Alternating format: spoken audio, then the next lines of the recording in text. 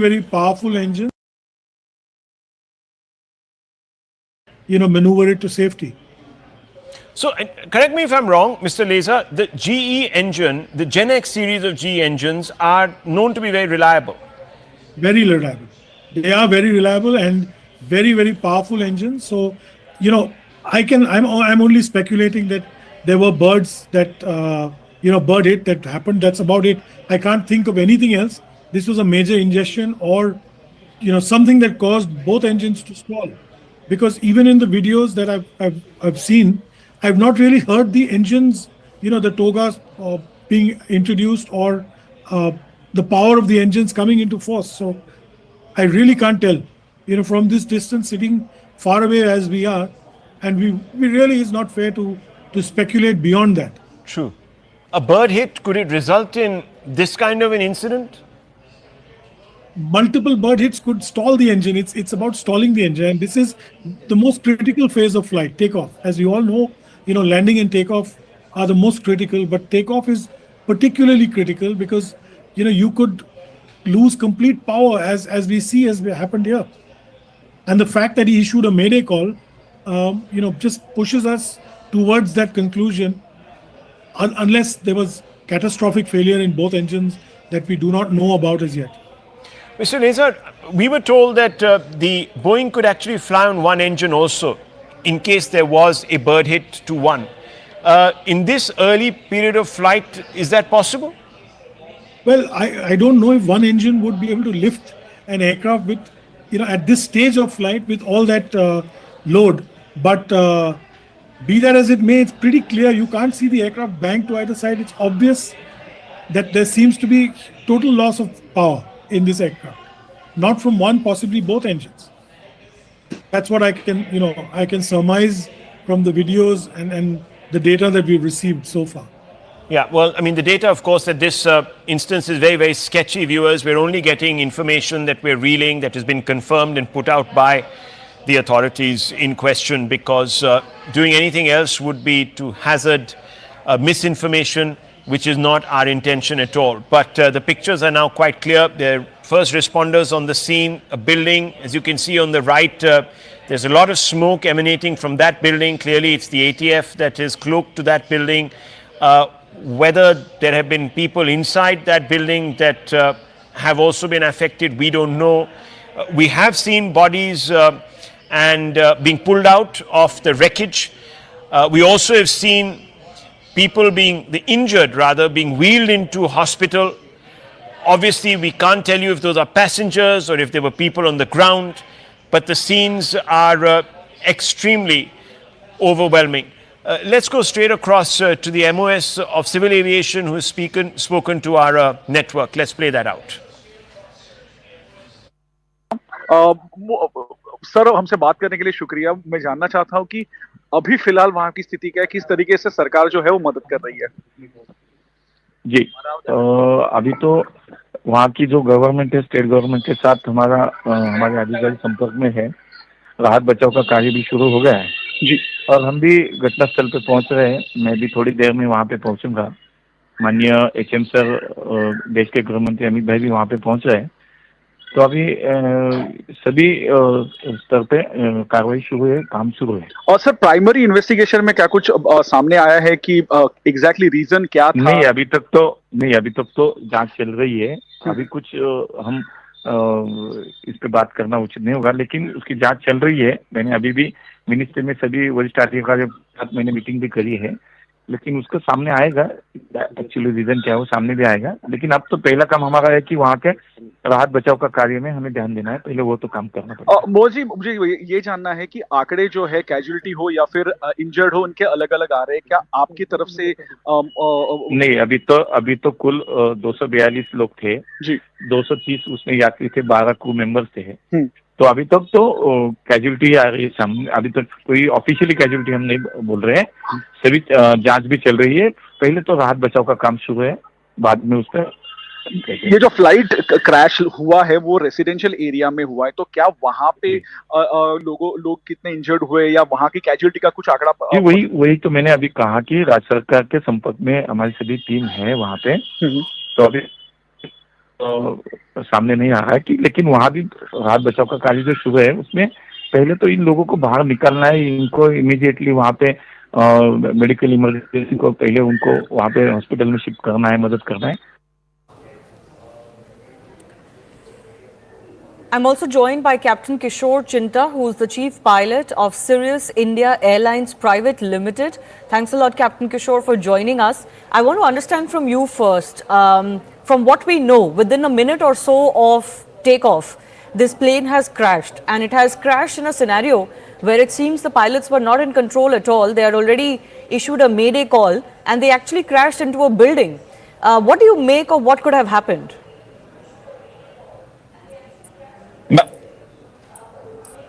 Ma'am, I have seen the videos. The 787 has 70,000 on each engine.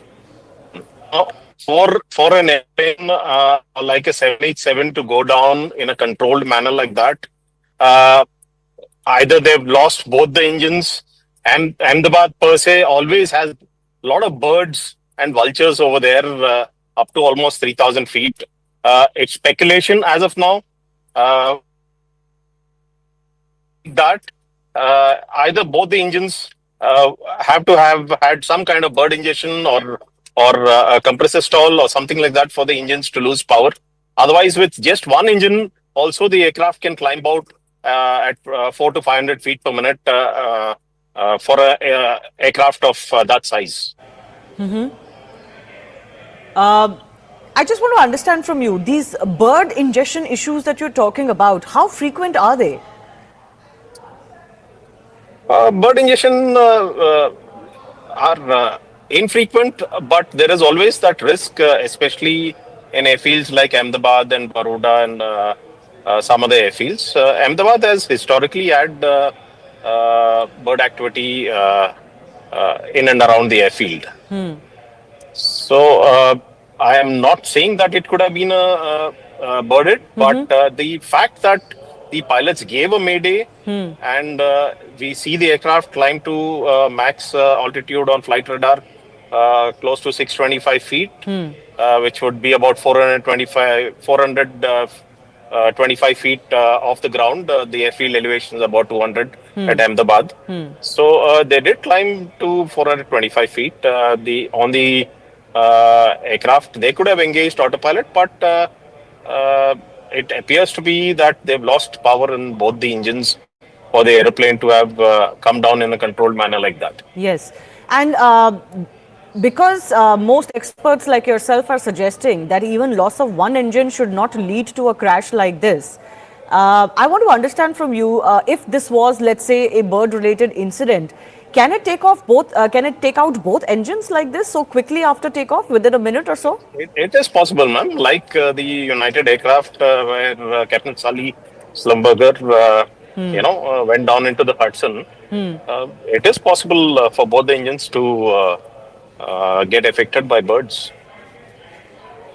Okay, and looks like there would have been very little reaction time to control anything. What do you make of the situation the pilots would have faced if this, let's say, both engines went out so quickly after takeoff? The pilots did a fabulous job keeping the wings level to minimize any kind of damage, and the aircraft's gone down in a controlled manner. They probably have done everything possible which they have been trained for a situation like this. But the rest we'll only come to know once more specifics come out from the flight data recorder and cockpit voice recorder. I just want to understand from you also, because you are an expert in this field. Apart from a bird hit, what else can lead to a crash like this so soon after takeoff, where the speculation is that not just one but both engines went out? What else is a plausible reason? I don't see another plausible reasons, ma'am. This has to be loss of both the engines for the aircraft of the magnitude of 787 to go down in this manner. And this is the world's first ever Boeing 787 crash. So that's the track record of this aeroplane. And the pilots are highly experienced, well trained.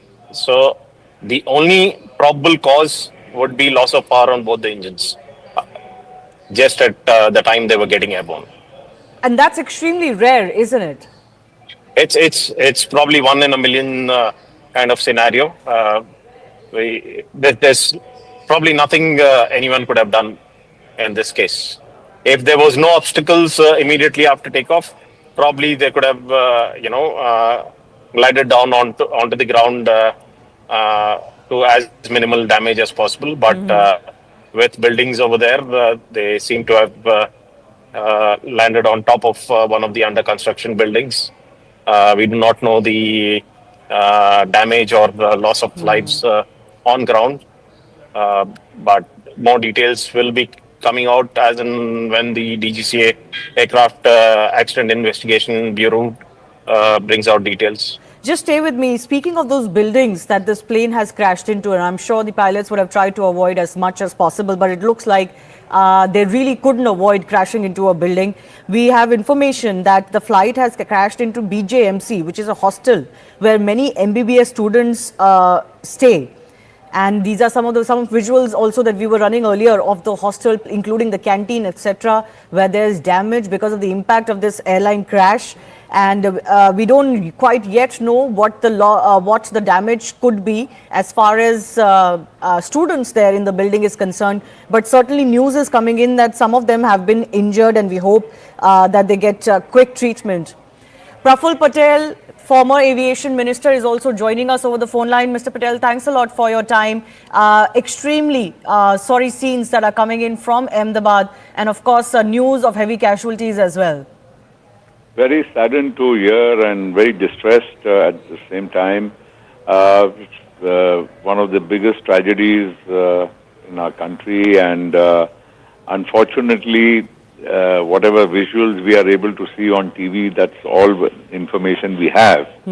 But considering that today's aircraft are very sophisticated, very technically advanced, to see a situation like this, unless we know the full details, will be very difficult to comment on that. But at the same time, whatever visuals we see on TV, our hearts go out to the passengers and their families. We don't know what is the fate of many, so I only pray and hope that most people survive this horrific crash. Yes, the pilots were extremely proficient. Praful Patel, there are 133 casualties that we are getting latest updates on.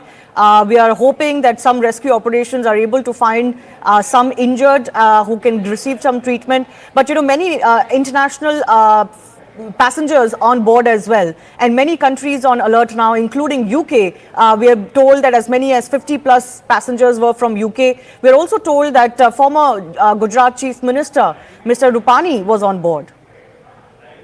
Well, I've seen Mr. Rupani's name on television, and having been a person who's known him for many years, I only hope and pray that he is well.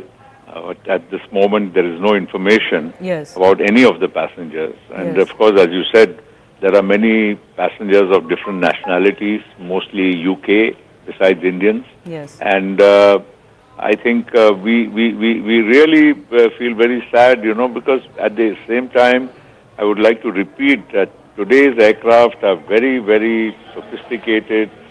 The pilots, especially who fly 787 Dreamliner, are obviously very well trained, and they are very senior commanders. And they've gone through many hours and hours of flying, and they would have obviously, it seems to me, whatever little I can make out from that the plane was on climb mode, and suddenly it's lost power or something else has happened, or maybe it was struggling at the time of takeoff. These are all very speculative things. But one thing is certain, if the pilot gave a mayday call, we don't know the exact time of when he gave the mayday call. Was it just immediately on climb, or soon after takeoff, sir. In fact, within a few minutes, it seems this flight has crashed. It had barely reached the height of 700 feet. This flight couldn't have flown more than 60 seconds because of the very fact that it's just 825 feet into the air, which Yes. is virtually nothing. It just would not take more than 60 seconds. Yes. So it is very intriguing because of the first, as I said, the aircraft itself has many backup systems. These are very fly-worthy, very safe aircraft, and 787s are flying all over the world. In fact, I would be surprised to see that probably this may be the first major incident with a 787. Yes, actually we have been confirmed, sir, that as far as the 787 Dreamliner is concerned, this is the first major such incident that has come to light. Boeing has had some issues with grounding and all. There have been investigations whether they have, not done enough as far as maintenance and certain other activities on planes are concerned. But this certainly is the major crash of its first of its kind when it comes to a 787 Dreamliner. Well, absolutely. A 787 Dreamliner, as I said, is being flown by most airlines of the world. And it's a very, I would say, a workhorse. It's a good aircraft. And in this case, it's flown from Delhi to Ahmedabad. So obviously it was absolutely flyworthy. Otherwise, no aircraft takes off. And pilots also, before they take off, they go through all the checks. And if they find anything missing, and especially if they are on a long-haul flight like London, they would be absolutely very careful to see all parameters are fine before they would take off. Okay. So obviously something has gone wrong after they started their roll on the runway for takeoff. Yes. And in between that and the climb, those 60 seconds have been, I'm sure, very, the reason for whatever has happened. Yes. I do thank you for joining us, Praful Patel, the ex-aviation minister. Also reading out what Prime Minister Narendra Modi has just put out. The tragedy in Ahmedabad has stunned and saddened us. It is heartbreaking beyond words. In this sad hour, my thoughts are with everyone affected by it, have been in touch with ministers and authorities who are working to assist those affected. We also know that Home Minister Amit Shah is travelling to Ahmedabad. My colleague Payal Mehta is also joining us with more on this. Payal, words coming in from Narendra Modi as well. Everybody offering, of course, their deepest thoughts to those who have been affected, including, of course, the families. Already 133 have been confirmed dead. Yes, it is, of course, heartbreaking beyond words. That's what the Prime Minister really said. And this has happened in his hometown, which is in Ahmedabad. The tragedy in Ahmedabad has stunned and saddened everyone. He has been in touch with the ministers and the authorities who are working to assist those who are affected. He has already spoken to Bhupendra Patel, the Gujarat Chief Minister, already spoken and asked Ram Mohan Naidu, the Civil Aviation Minister, to rush as well, and constantly been in touch with Amit Shah, another union minister in his government, the Home Minister, another son of the soil. So they've all been rushed. Maximum help needs to be assured is what the Prime Minister has also indicated in as many words as well. But a real tragedy coming to the fore as well. Many people have been feared dead in this, in this ghastly crash that we've really seen. Of course, the investigation will follow soon as possible is what the government is assured.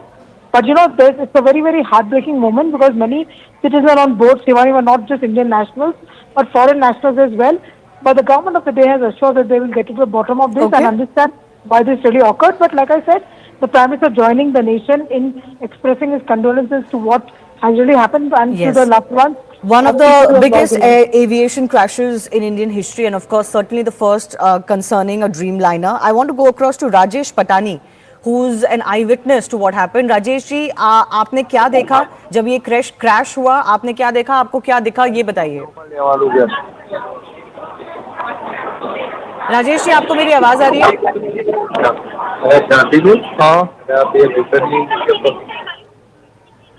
आप crash के वक्त कहाँ थे? आपने क्या देखा? ये बताइए.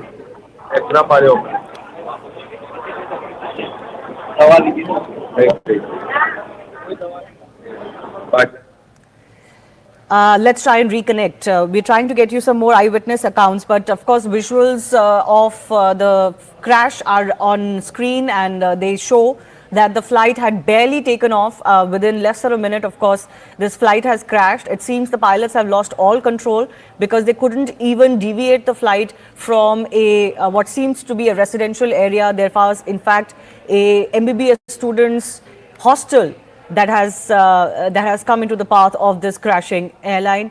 And the aircraft burst into flames immediately upon impact. Those visuals have also been caught by those who were living in the vicinity of the Ahmedabad airport.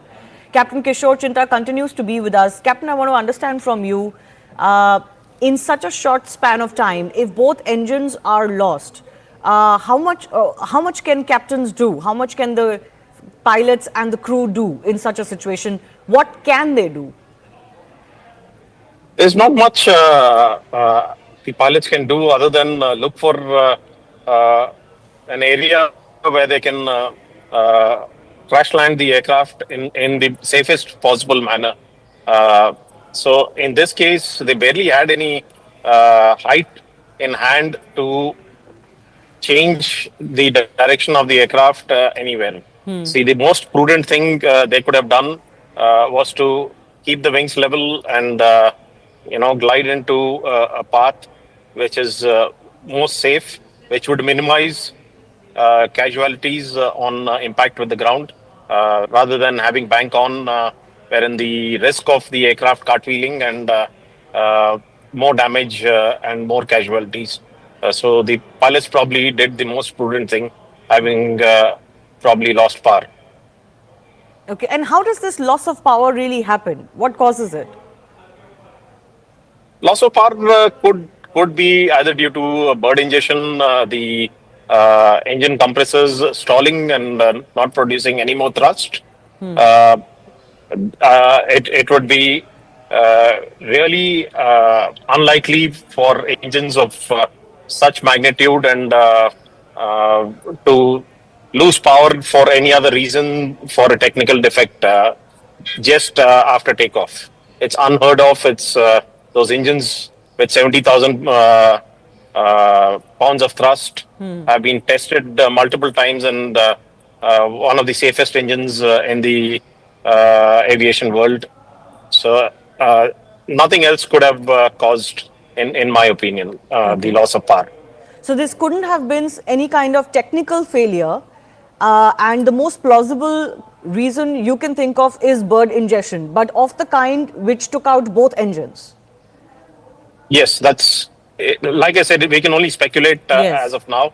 I haven't heard of a technical defect taking out both the engines just after takeoff ever in the aviation history. Right. Certainly what has transpired is shocking everyone. This is already, as experts have told us, the first of its kind crash, including involving a 787 Dreamliner. And the way this crash has transpired, soon after takeoff, within a minute of takeoff at very low altitude, seems to suggest the pilots lost all control. They couldn't even divert the plane to a safer area, and it crashed immediately within a minute of takeoff. What also is concerning is that they seem to have lost all control, so both engines were out. There was a mayday call given, but agencies tell us they didn't really manage to contact this flight after that. So it all points out to things going wrong very, very quickly. Harshit. Yes. Captain Kishore, I'm going to come back to you in just a bit. Harshit is an eyewitness of this crash. Harshit, आप कहाँ थे जब ये crash हुआ और आपने क्या देखा? हम मेस में ही थे जहाँ पे ये प्लेन टकराया था. अच्छा, तो आप स्टूडेंट हैं जो मेस में रहते हैं वहाँ पे हॉस्टल में? हाँ, मैं कॉलेज से लाइब्रेरी से पढ़ के मैं यहाँ पे खाना खाने आया था 2 बजे. तो फिर कैंटीन में भी वहाँ पे क्रैश हुआ प्लेन का पार्ट्स जो आप वहाँ पे खाना खा रहे थे? हाँ, वहाँ पे वो सिर्फ टकराया था, प्लेन आगे क्रैश हुआ था. अच्छा. हमारी बिल्डिंग में सिर्फ टकराया था, इसलिए धमाके की आवाज आई. अच्छा, आपके आसपास कितने लोग थे? कोई इंजर्ड है? इंजर्ड इसमें ऐसा है कि जो बारी के पास खाना खाने बैठे थे उसको थोड़ा वो इंजरी हुई है, बाकी सब ठीक है. अच्छा, कितने बच्चे हैं वहाँ पे? खाना खाने के लिए तो यहाँ पे 50-60 लोग हम आए थे, ऊपर और नीचे दोनों। अच्छा। इंजरी सबको नहीं हुई है। जी जी। और आपके हॉस्टल, आप किस हॉस्टल में रहते हैं और कितने लोग हैं वहां पे? हम अतुल्य में 11 में रहते हैं। कितने लोग होंगे पूरे हॉस्टल में, कितने लोग रहते हैं वहां पे? हम तो एमबीबीएस स्टूडेंट ही वहाँ से 1 से 5 साल तक के सभी बच्चे वहीं पे ही रहते हैं। अच्छा। और वो ये सब इसी मेस में खाना खाने आते हैं। जी जी जी। और उस वक्त 50-60 बच्चे वहां पे थे जिस वक्त ये हाँ, ये खाना खाने का ही टाइम था, इसलिए वो सब वहाँ पे ही थे। जी। आपकी जो बिल्डिंग है उससे ये प्लेन टकराया नहीं है, ये आगे जाके एक बिल्डिंग में क्रैश हुआ है, तो आपको उस बिल्डिंग के बारे में कुछ पता है? क्या हुआ वहां पे, क्या देखा आपने?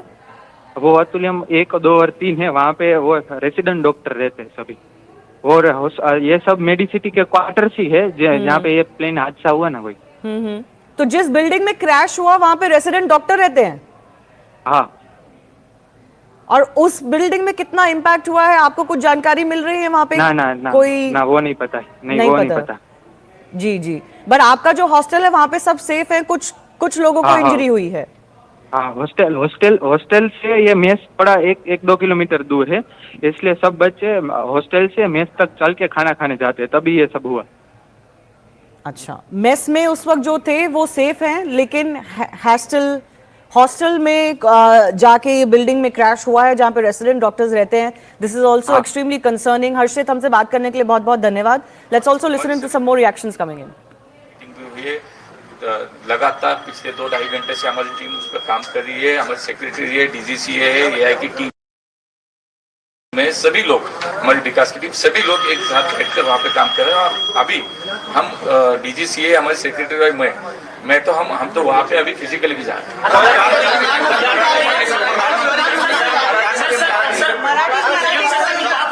प्रधानमंत्री जी इसका मॉनिटरिंग कर रहे हैं। माननीय प्रधानमंत्री जी ने नायडू जी से, हमारी सभी लोगों से बात भी की है, वो मॉनिटरिंग कर रहे हैं। हमारे होम मिनिस्टर वहाँ पे पहुँच रहे हैं। और मुझे लगता है कि सभी स्तर पे ये अभी राहत का कार्य बड़ी इमरजेंसी के लेवल पर ऑडिट होगा क्या? सभी प्लेन का इंडिया के ऑडिट होगा? नहीं, अभी तो आज मुझे लगता है कि पहली बात तो यह है कि हमें इससे पहले बाहर निकलना है। बाद में सब होगा, उसकी जांच होगी, उस पर रिपोर्ट आएंगे, उस पर असल में क्या रीजन है वो भी सामने आएगा। ये आज मुझे लगता है कि थोड़ा टाइम कंपनीज जो है, सारी एयरलाइन कंपनीज, क्या वो बहुत सस्ता ले रही है क्या लोगों के जान को लेकर? क्योंकि कोई भी बारिश हो जाए तो प्लेन में कुछ होगा। मुझे लगता है कि कोई जो रियल उसका रीजन है वो सामने आने तक थोड़ा सा सर, जहाँ पे प्लेन गिरा वहाँ पे कुछ कैजुअलिटी हुई है? लगता है, ऐसा लगता तो है, लेकिन थोड़ा सा मुझे लगता है कि ऑफिशियली थोड़ा सा बिल्डिंग में कुछ लोग रह रहे थे ऐसे भी। सर, डॉक्टर्स हॉस्टल बताया जा रहा है।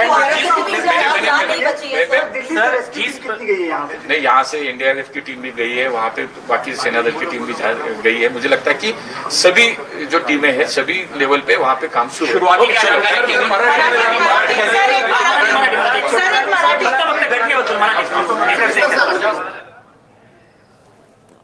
All right. There is, of course, all hands on deck approach as far as the aftermath of this aircraft crash is concerned. Not only are concerned ministers moving to Ahmedabad, Home Minister Amit Shah is also expected to travel to Ahmedabad. Captain Kishore Chinta continues to be with us. This is, of course, a situation that will possibly need a lot of investigation to figure out what exactly happened, because it seems like a crash that hasn't really been seen of this nature and also of this aircraft itself before. So much deep investigation required as far as this case is concerned.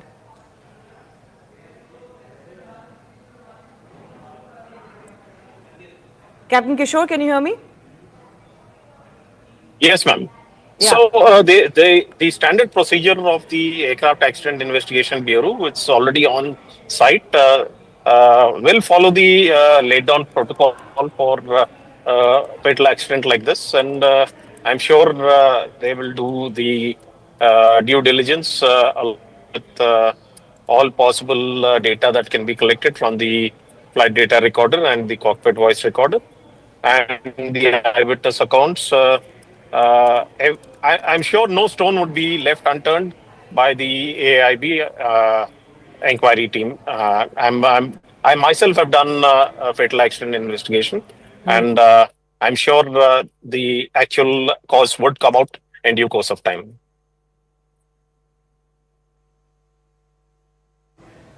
Can you just take us in detail into what exactly will go into the investigation of this crash? The black box is going to become extremely crucial.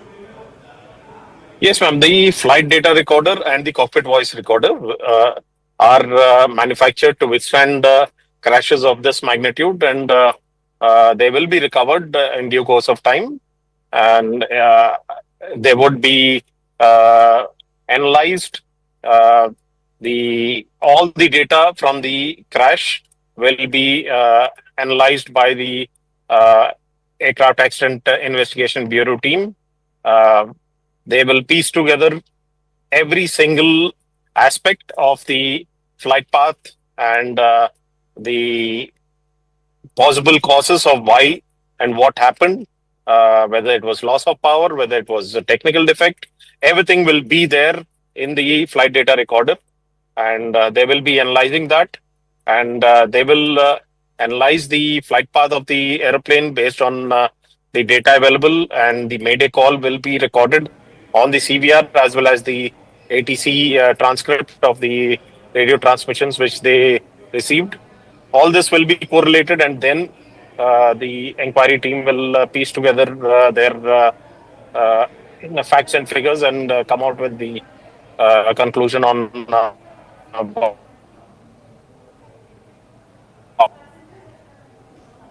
From the initial information that we're getting, we're being told that after the Mayday call, there wasn't any contact that was available with this flight.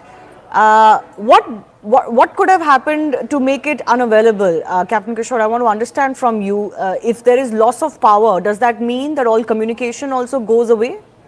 Could the pilots have recorded? How would they?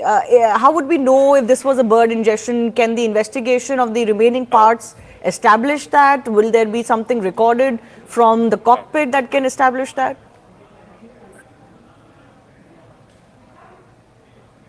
There are enough standby.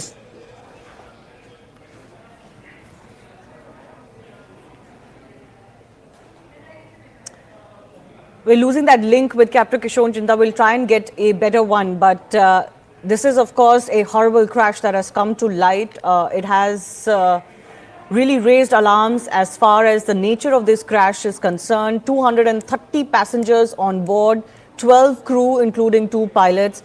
Already we're getting figures that 133 have been declared dead. But of course, rescue operations are ongoing. There is firefighting operations that are ongoing. You can see those visuals where parts of the plane have actually crashed into the building and they have been stuck into the building debris as well.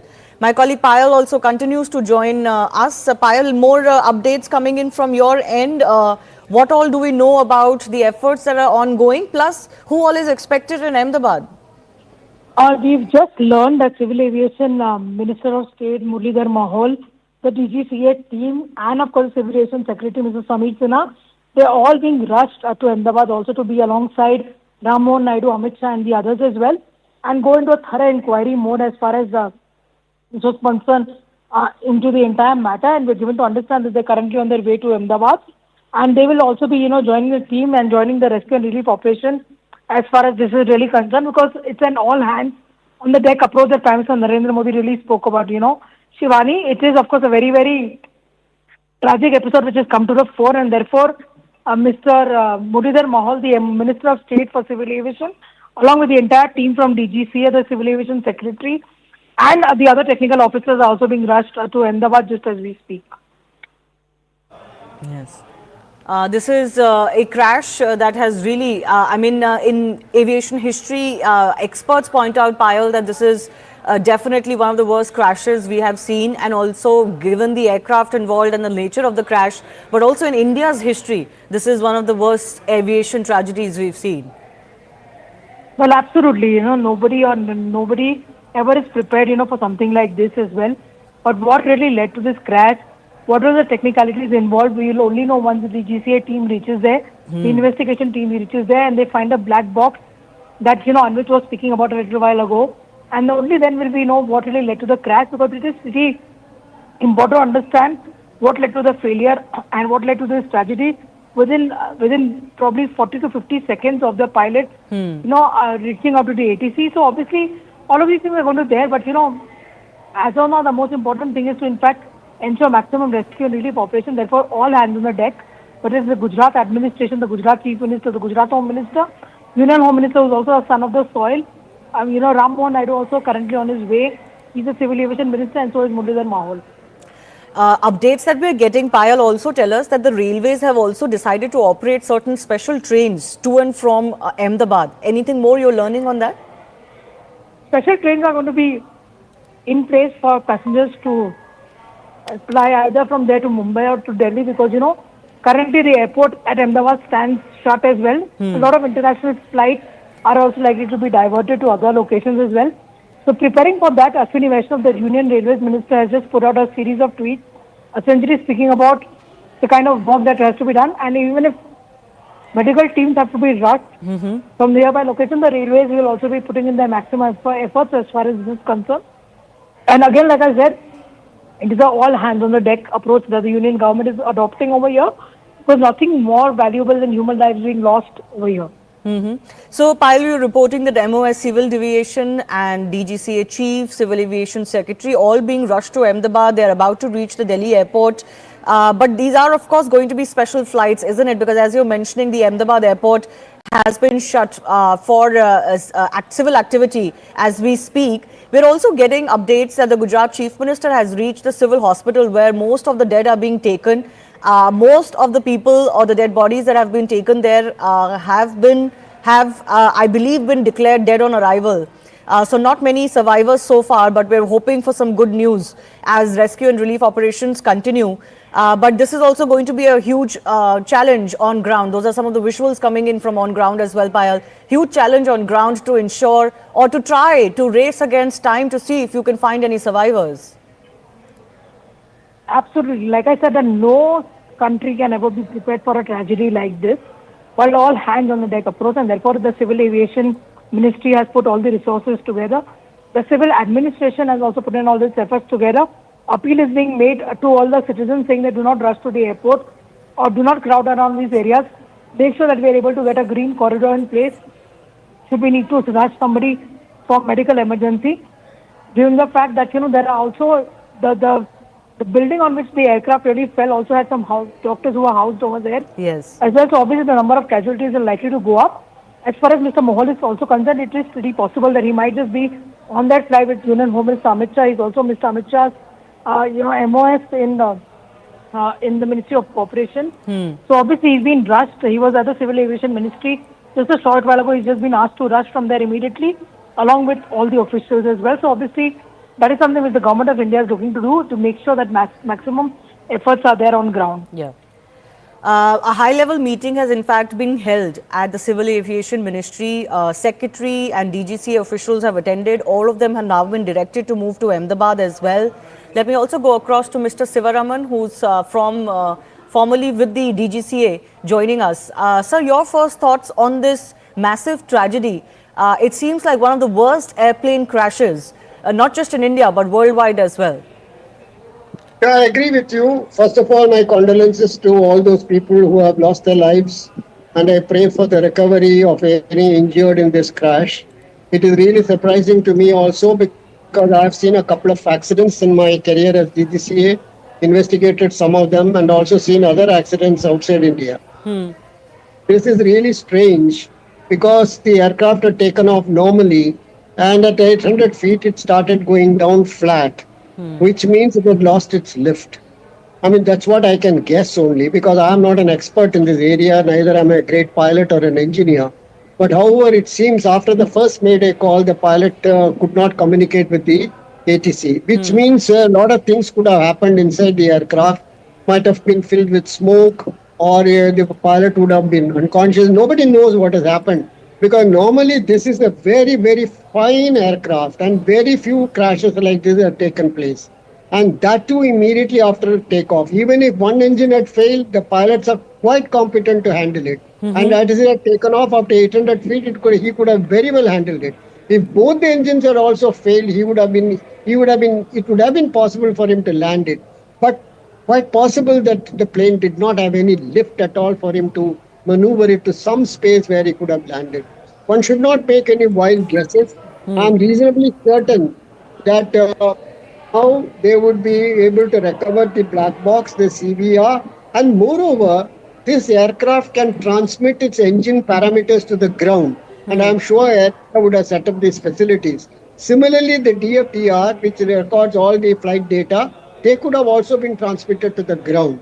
Because these facilities have been in existence for a very, very long time. And I'm sure Air India would have seen to it that these facilities are available. And in this particular case, when I contrasted with the accident that took place of the Air India 320 in Bangalore, the authorities have acted very swiftly. And they have acted magnificently, I must say. All the required help has been rendered to the people there on ground, and also people have been moved very fast from the accident area. I only pray that at least some people come out alive from this accident, and I hope that the authorities will be able to find out what really went wrong. One should not miss any aspect of investigation, particularly in these very tense times. Because, I'm not I don't want to be very explicit on this matter, but every angle should be explored and every possible agency should be involved in investigating this accident. Sir, in your experience, what follows next as far as the investigation itself is concerned? See, as far as investigation is concerned, earlier as DGC, I used to conduct the investigation myself. Now they have got an investigation board, and I'm sure accident investigation board, the DGC authorities should be fully involved along with them, and they should not be excluded from it. The Federal Aviation Authority, they have got excellent facilities. They have investigated many, many accidents in the world. They should be involved. The engine manufacturer, particularly the GE, should be involved. The aircraft manufacturer, Boeing, all of them without hesitation should be part of the accident investigation, because we must get to the truth of this entire thing. Yes. No, absolutely. This is one of the worst crashes, especially given its nature as well. In aviation history, all around the world, there is much alarm, and condolences and thoughts are coming in from across the world. Captain Sam Thomas, former pilot, is also with us. Captain, your thoughts? Any thoughts on what you think could have gone wrong? Good evening. I don't really want to hazard a guess as to what has actually happened. And while our thoughts and prayers are with the victims, what I'd like to say that with the limited evidence that we have, and we are seeing through the visuals that the aircraft has lost power on, or rather is not generating lift enough, and that can only happen when both engines are not developing power. And the reason for that can only be found out once we have the DFDR data. And until then, it's in the realms of speculation. And we understand that people are interested in knowing exactly what has happened. To that extent, we can only say that the weather seems absolutely clear. And the reason for losing power on both engines is extremely rare. If you recollect, there was an incident on the Hudson, where an A320 lost both its engines to bird hit, and a lot of people are drawing that comparisons. This airplane, the 787, is a much bigger airplane, and a few birds will not be able to cause problems to a single engine, or leave alone both engine catastrophic failure. So at the moment we have very, very sketchy details, and the Aircraft Accident Investigation Board would be in a much better position to bring out these details.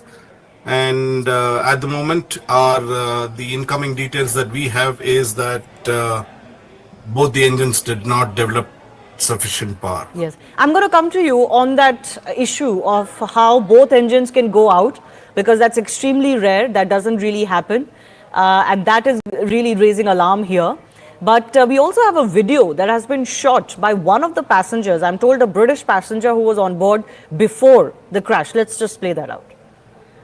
We are at the airport, just boarding. Goodbye, India. Goodbye. Thank you. 10-hour flight back to England. What's your biggest takeaway, Jamie? We've done this already. On a different thing. All right. What's my biggest takeaway? I don't know. Yeah, fascinating. Great. Thanks. Thanks for your contribution. Okay. Yeah, my biggest takeaway is don't lose your patience with your partner. Yeah. You're already starting to. You've already snapped at me while we're having chai at the airport. You see, you've learnt nothing. Going back happily calm. We are at the airport. Just boarding. Goodbye, India. Goodbye. Thank you. 10-hour flight back to England. What's your biggest takeaway, Jamie? We've done this already. On a different thing. All right. What's my biggest takeaway? I don't know. Yeah, fascinating. Great. Thanks. Thanks for your contribution. Okay. Yeah, my biggest takeaway is don't lose your patience with your partner. Yeah. You're already starting to. You've already snapped at me while we're having chai at the airport. You see, you've learnt nothing. Going back happily calm. We are at the airport. Just boarding. Goodbye, India. Well, that seems to be a video made by two passengers, British passengers, young men who were going back to England. They were happy about it, and just kind of points out the fickleness of life. Nobody could have really seen this coming. Captain Sam Thomas, former pilot, and Mr. Sivaraman, who's formerly with the DGCA, both on the show with us. I do thank you for your time. Captain Sam Thomas, I just want to take your thoughts once again because our viewers would be curious to know how can both engines go out? That seems to be the case here, given how quickly the flight crashed and the fact that the pilots didn't seem to be in any control. They didn't seem to have any communication left with the ATC. What can really cause this? A variety of reasons can cause it, but in this particular case, what has happened, we would not know until we have the details. Now, you asked of both engine failures. It has happened just short of London Heathrow once with a 777, and that was due to fuel starvation. Now, if both the engines do not get adequate fuel, it could result in both the engines flaming out. Now, but that is a very rare scenario, and in this particular case we don't know how both the engines have failed, or indeed we are speculating this from the visuals that we have. So it's evident to a certain extent that there is a loss of thrust on both engines, but we would not be absolutely sure on that till such time that the DFDR shows us the results. I want to ask Mr. Sivaraman also, how long do you think an investigation into a crash like this will take? All right, I think I've lost Mr. Sivaraman. Captain Sam Thomas, do you want to just take this question? How long do you think an investigation of a crash of this nature may take? How quickly can we get to the bottom of what happened? The DGCA would allocate this investigation to the Air Accident Investigation Board, AAIB, and they would put out a preliminary report in about 30 days. And thereafter, based on whatever information they are able to gather from the engine manufacturer, from the OEM, that's Boeing, and may take assistance of other investigative agencies, because not very many qualified investigators are there in India, and it should take about a year. That's my experience with air accident investigation, and it generally takes about a year at least. Currently, of course, rescue operations are the chief priority, and all of the ministries concerned, including the Home Ministry and the Civil Aviation Ministry, are concerned only with that. Those are hospital visuals also coming in. There seem to be some who are injured, but we're unsure whether they are passengers who have been brought in an injured situation, or these are people who were in the buildings surrounding where the crash took place. Because the unfortunate part is, Captain Thomas, is that this flight actually crashed into buildings. And unfortunately, we're getting updates that the buildings that it crashed into had MBBS doctors, resident doctors, etc., staying in that hostel. Very tragic, very tragic. It does happen that when an airplane crashes and in a thickly populated area, there would be collateral damage on ground as well.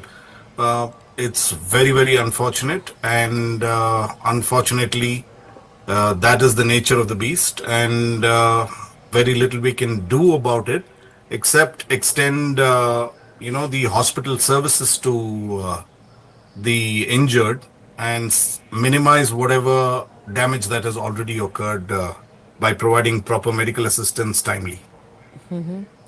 The area around the airport perimeter was, as the visuals themselves show, densely populated. Clearly, there were some facilities there as well for MBBS doctors, hostels, and multiple buildings of that nature with messes, etc., and several buildings housing medical students. Do you think there could be a need to expand the non-residential or commercial areas around airports? That may not be viable at the moment. If you look at the Mumbai airport, which is the current airport, not the Navi Mumbai, the Chhatrapati Shivaji International Airport, it is very, very densely packed up to the compound wall on both sides of the runway. Up to it touches the compound wall. So Ahmedabad is much, much better compared to what Mumbai is, and it may not be commercially viable to clear out vast areas near the airport, because it's not unusual when old Hong Kong was there. That also was, and I've flown to many, many international countries which have buildings very close to the airport. How rare is it for a flight to crash so soon after takeoff? See, a crash as such can happen at any phase of the flight. Though the takeoff and landing are some of the phases that most commonly it happens, but there is no set rule that it could happen only at this phase of flight. It could happen at any phase of the flight, and takeoff and landings are more critical than, say, a climb or a cruise. Yes. In this situation, Captain Thomas, it seems like the pilots didn't have any time at all. This could have transpired within a minute of takeoff. Yes, because the altitude reported and what we have right now is 741 feet or 800 feet, which is pretty quick. They have also given a mayday call, and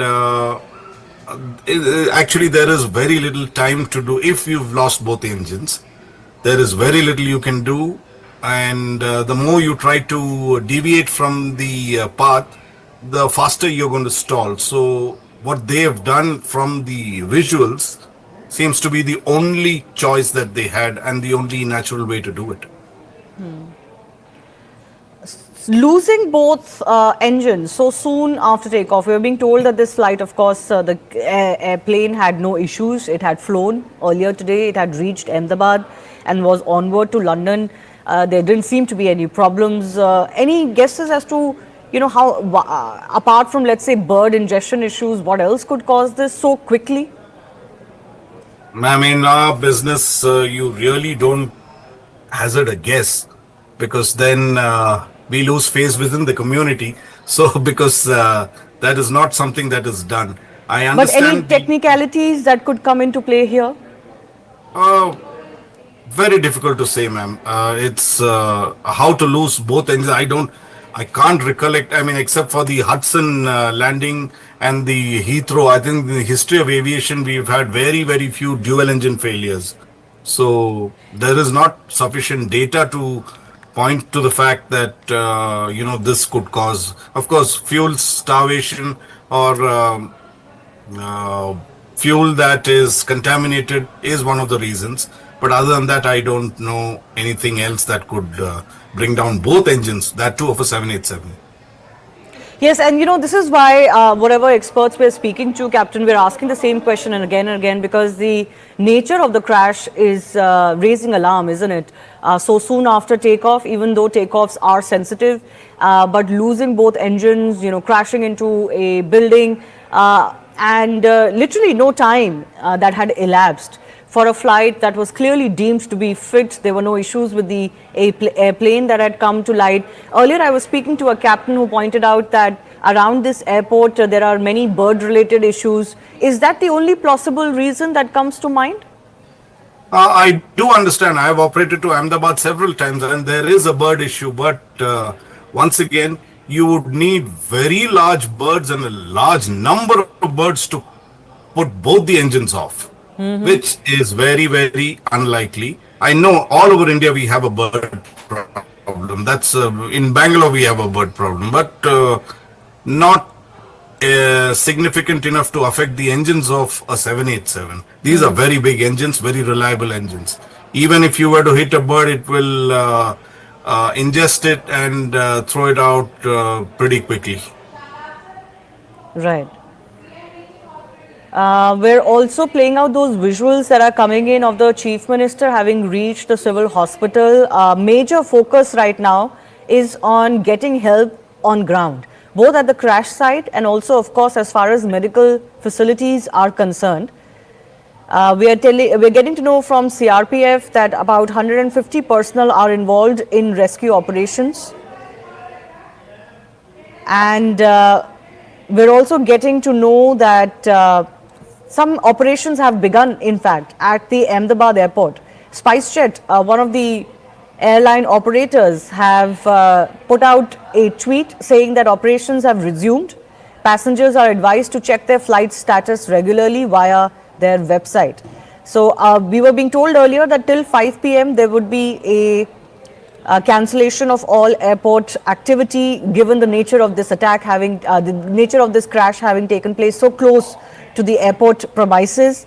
But at least as far as other operations are concerned, we are being told that they may be up now. People in Gujarat, the government, the agencies are working against time to ensure that they can mobilize as much help as possible. Visuals coming in from that civil hospital as well, where the Gujarat Chief Minister is also visible. He's visiting the facilities. I'm not sure of how many injured have been brought in so far. We don't have any update on that. But certainly we did get an update earlier that 133 have already been declared dead. That's almost half of the passengers list. 30 passengers were on board, plus 12 crew, including 2 pilots as well. All authorities are working to ensure that they can first focus on ensuring that both the crash site and other facilities are up to speed.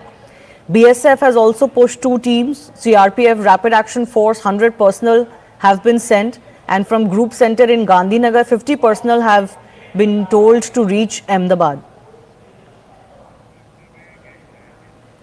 I'm also joined by Captain C.S. Randhawa, who's president of the Federation of Indian Pilots. Thanks a lot for joining us, Mr. Captain Randhawa. Your first thoughts on this crash that has taken place? It was an extremely tragic crash which has happened in Ahmedabad. And I came to know about just about 1 hour and 30 minutes after the crash. And I could attribute this maybe due to birds, because Ahmedabad has got a big problem about birds. So until unless, because the captain has given a mayday call. So a mayday call, if it was one engine failure, he could have easily handled it. Even if it was an engine fire, he could have handled it. So the 2 possibilities which are very, very likelihood which could have taken place is both engine failure due to bird strike or some jamming of the control. And how does that, we've spoken about bird ingestion issue and how rare that would be for both engines to go out because of that issue so quickly after takeoff. But you're talking about these jamming issues. Can you explain what they are and how they happen? the jamming of the control could have taken place, maybe the elevator, because that is what is responsible for the aircraft to lift off. And I presume that the aircraft has initially taken off and maybe about 300 feet, and 200 feet you engage the autopilot, and thereafter it has started descending. If you see the video. Now I'm going by the total video clip. Rest will come out in the DFDR and the CVR, what has taken place, because there has been no call after the pilot has given the Mayday call. Right. Exactly. There has been no communication after the No Mayday communication. call. Yes. No communication whatsoever, and once in a million chance it does happen. Like we saw the Hudson crash where the aircraft was ingested, both the engines were flamed out by the ingestion of the birds. So there is a possibility, because I have flown a lot over Ahmedabad and I have done a lot of training flights, 20 landings in a day I have done, training. So birds are a big problem there.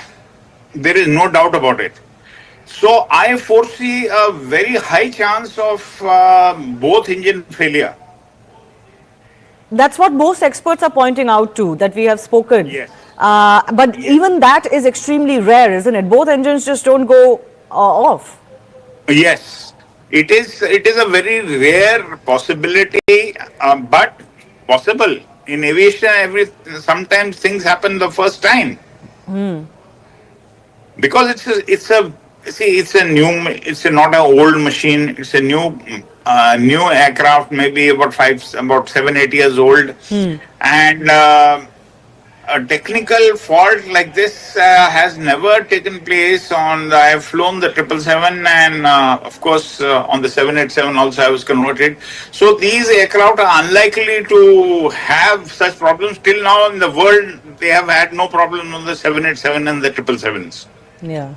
So very high possibility of a bird ingestion, because he's given a Mayday call. Now that depends that what that Mayday call was. So, sir, in your experience, these moments, what would these moments have been like for the captains in the cockpit? I would say the pilot, when he's given the Mayday call, he was knowing that it's a no-go situation. It is the end. Because height is not there at all. You see, height was not there and nothing the pilot could have done. It is just after liftoff. At least when the Hudson crash took place, he had the height, he put the aircraft down in the Hudson Bay.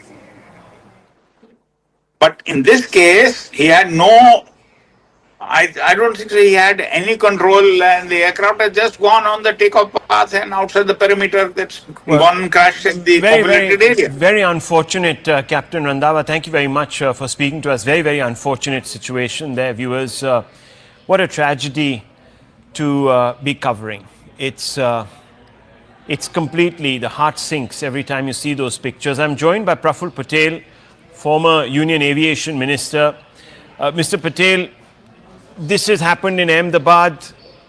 Not very often that Indian aviation is caught up in an incident such as this. The last time there was one was, of course, during COVID, and before that, substantial time had elapsed before 2010.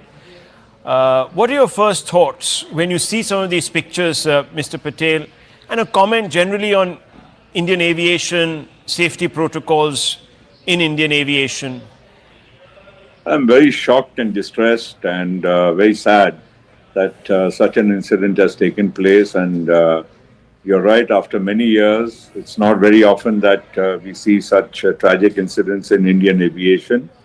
And let me tell you that on the whole, when you talk of safety and systems, I can assure you that Indian aviation is probably one of the safest in the world. We have all the protocols in place. Our DGCA is very robust and effective.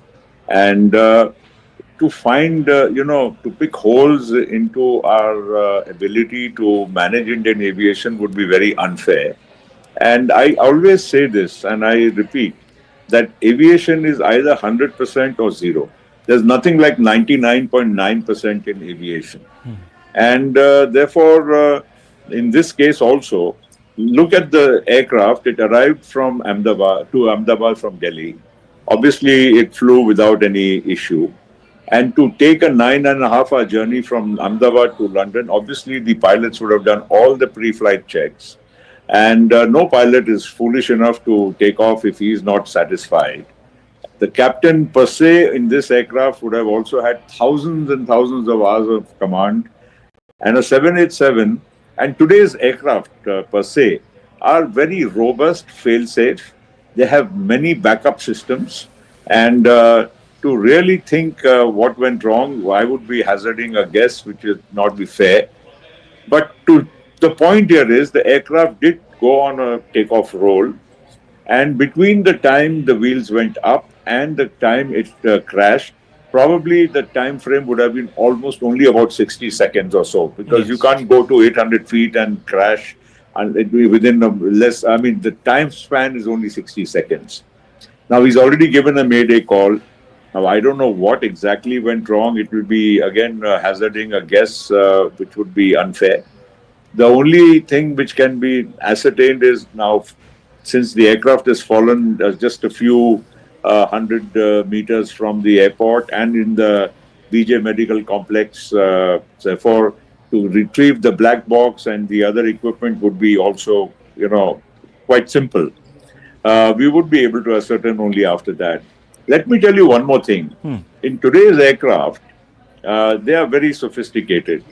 All the parameters of an aircraft, right? Every single second the aircraft is in the air, all the parameters are recorded, not only by the aircraft, but they are also transmitted to a central command, real time, of the airline itself. So if there is, when an aircraft does a flight, there is a way to ascertain every single parameter during whatever the duration of the flight. So if anything would have gone wrong prior to this flight, or which may have escaped the attention of anybody, I'm sure this will be retrieved in no time once the equipment is found. Now, Mr. Patel, just to go back in time, because this fleet, the Dreamliner, very, very safe. I think from what the experts are saying, and I only have them to sort of lean on for facts, they've said that this is the first time a Dreamliner has actually crashed anywhere in the world. Now, most of these Dreamliners were purchased, I suppose, about 10, 12, 15 years back by Air India when it was still government-owned. Obviously, there would have been a huge procedure that must have unfurled within government to select the plane. There would have been due diligence. There would have been all sorts of studies that would have been conducted.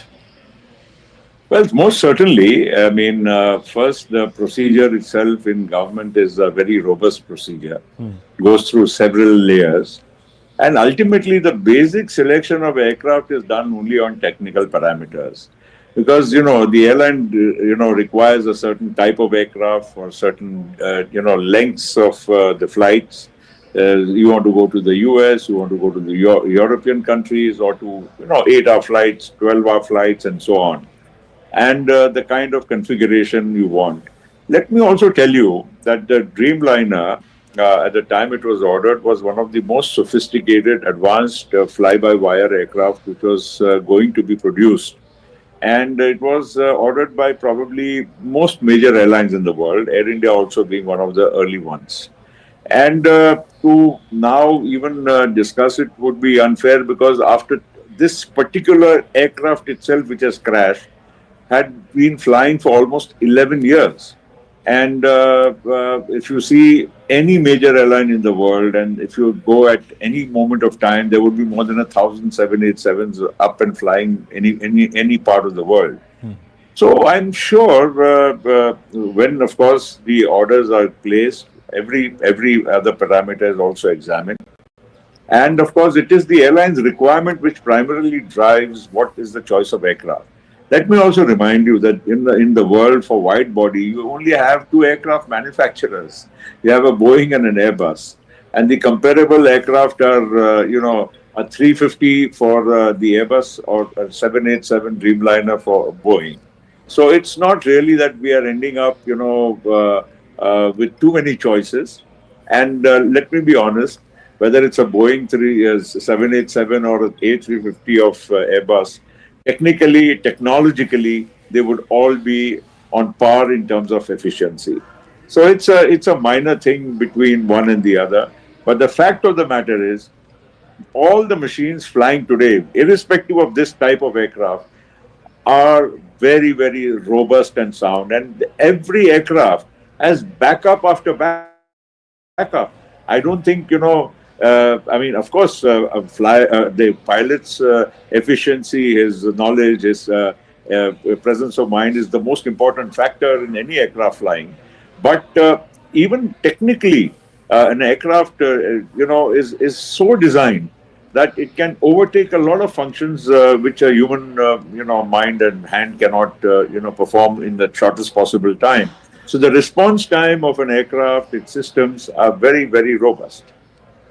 Here, of course, there seems to have been a catastrophic failure of lift, and that didn't give the pilot, even though very experienced pilot with lots of man hours of flying, didn't give much of time to the pilot to even react. And only a mayday call, and as you said yourself, 60 seconds, and it was down laden with fuel. Obviously, there will be questions asked. I'm at this moment as in the dark as anyone else, Mr. Patel, about what could have been the reasons, but there has been a lot of internal strife within Tata. After it took over this particular airline, Singapore Airlines came into it, and so on and so forth. There are a lot of cost cutting, lots of valuable AI senior engineers were sort of let go of. Could this have, at some level, affected operations, maintenance checks, all of that? Do you think, or it's too premature to get into any of this? I think it is premature. See, the other point is, Rahul, that the fact of the matter is that there's a human being, a senior experienced captain who is flying the machine. Yeah. And he has every right to say, I cannot fly this machine because it is unfit to fly or there's a technical deficiency.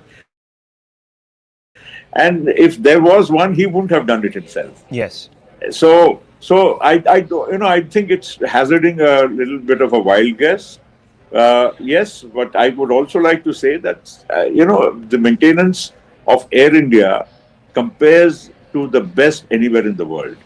Now, yes, you are also plagued with certain older aircraft, you are plagued with certain other problems, like you just said, because it's been, integration of the old with the new.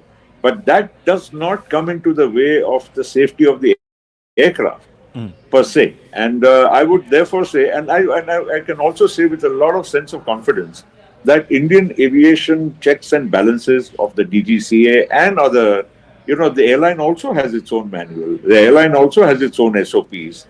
The airlines don't cut corners, especially an airline like Air India, to, save cost or something just for the heck of making more money.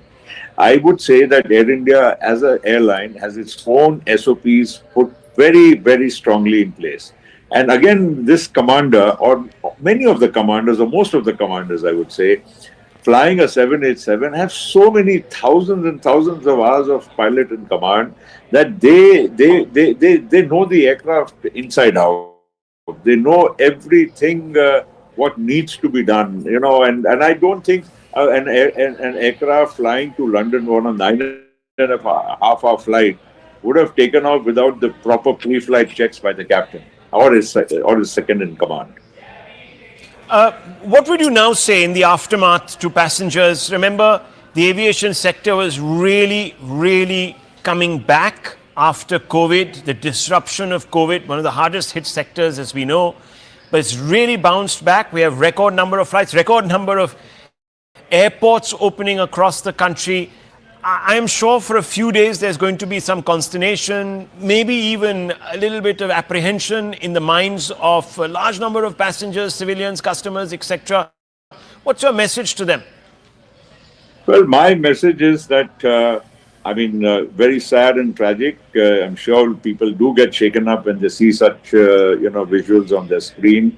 And but aviation still, by far, is the safest mode of transportation anywhere in the world.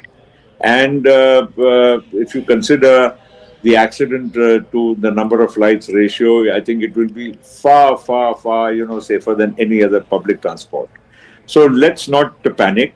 Let's not think that this could be, an everyday affair. And we should be patient, confident, and also be confident that our aviation in India is absolutely in good shape. Let's not, see one incident. This accident unfortunately happened in India. Probably it could have happened anywhere in the world. When we see a visual in any other part of the world, we don't get so upset. Because it's happened in our country, we will certainly be, stirred and shaken. Let's just have faith. Our aviation sector is good, sound, safe. And this is, of course, a lesson. We should, strengthen our systems even further.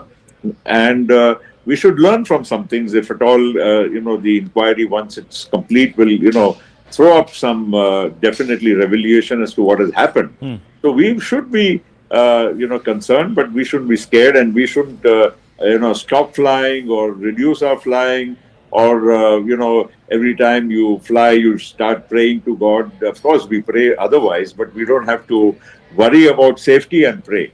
That's all I'm trying to convey.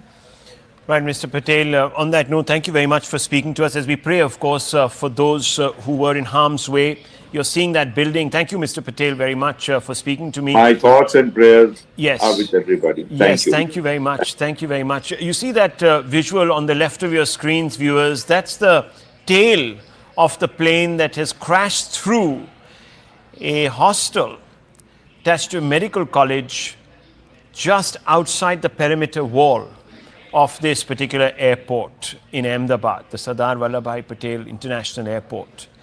And we're apprehending that there might be casualties because this accident took place at around 1:45, and it was lunch hour, and there were many students, many doctors, aspiring doctors in the canteen, and the plane crashed into the canteen, and those visuals tell the story. Viewers, very quickly, let me give you a quick update. Operations have resumed at the Sardar Vallabhbhai Patel International Airport in Ahmedabad. This is PIB India putting out that update. The airlines and the Aviation Ministry have put out a medical emergency helpline and a control room helpline. It's 0793508211. That number will flash as it is right now under our screen. You can see it. Can call in if you have apprehensions that some of your relatives or others that you know might actually be in harm's way.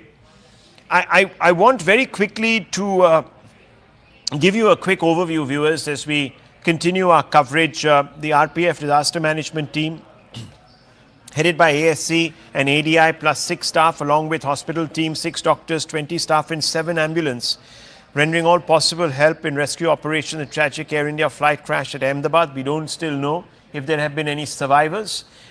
We are gleaning through data that is coming in through the hospitals to figure that one out, but quite clearly that's the timeline to the right of your screens. At 1:39 it takes off. Within 60 seconds it has a catastrophic loss of lift.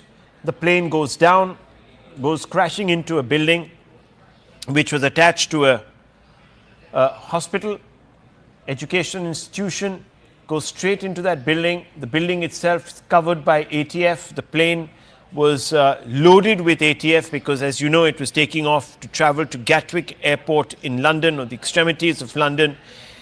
The MEA has reacted and said that details will be shared with governments of foreign countries, because there were a number of citizens from other nations on board this international flight.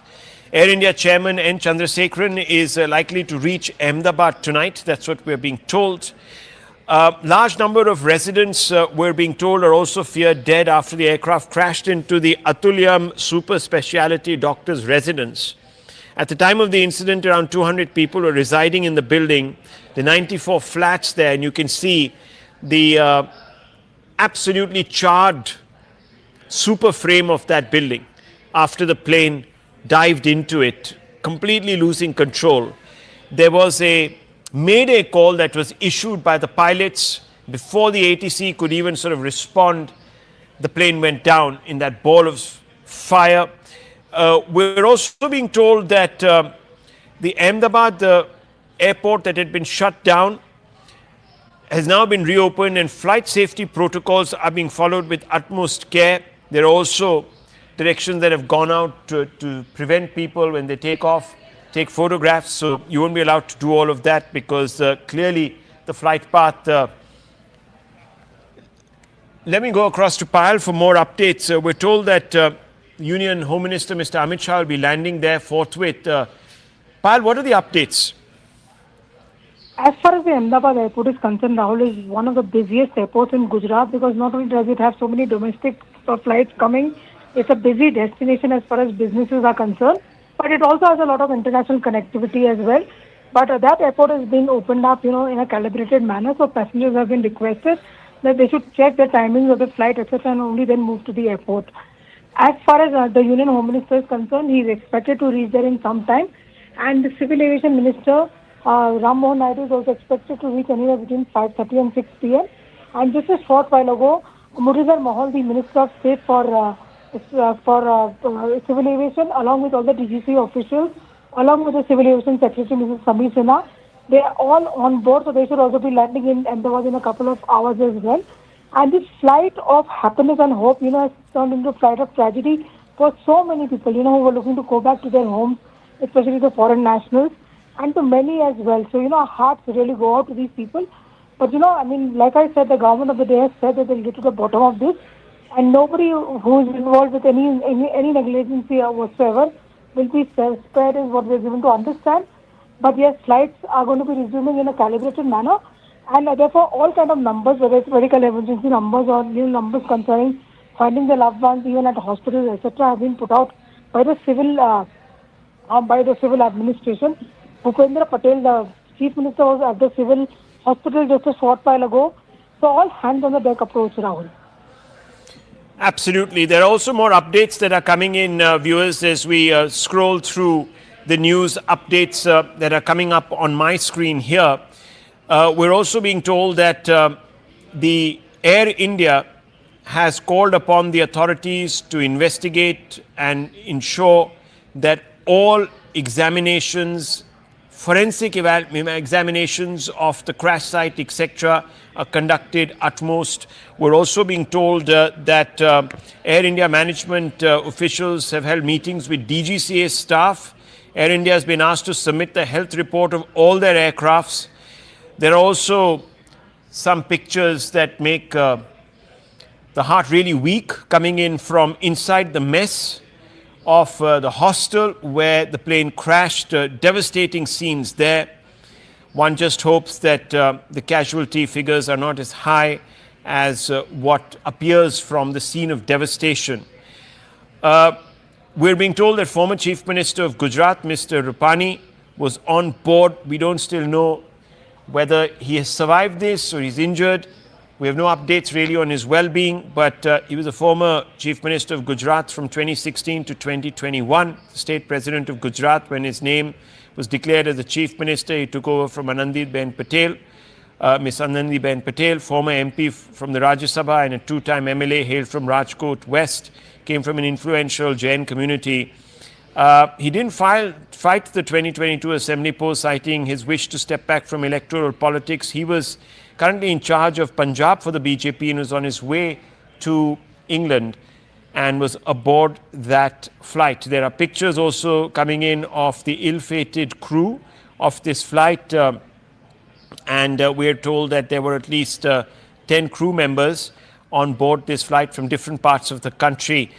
Many leaders, many countries are extending commiserations, shock at the events. Remember, this is the first time in recorded history that the Dreamliner has gone down. Very, very reliable aircraft.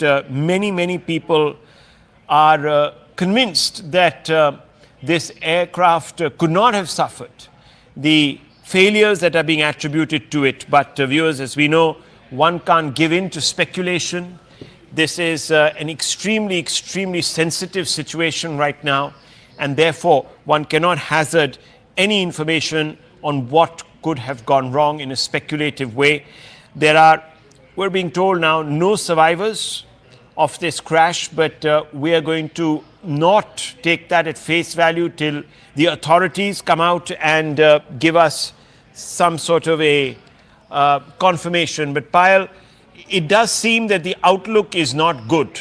Okay, we don't have Payal. We're going to go back to Payal in just a few moments. But hotline numbers have been set up for people to check in and find out on the state of affairs and, of course, on their own relatives. We are being told that there were 53 British nationals, 7 Portuguese, and 1 Canadian on board this Air India flight. 169 Indian nationals were on board. It was a flight that was almost full, Ahmedabad London flight, and at this time of the year, viewers, there is huge traffic between the two destinations, given the fact that this is a peak holiday season. I want to go straight across to Anvit. Anvit, a lot of people heading out to London on this particular flight. We're getting some details.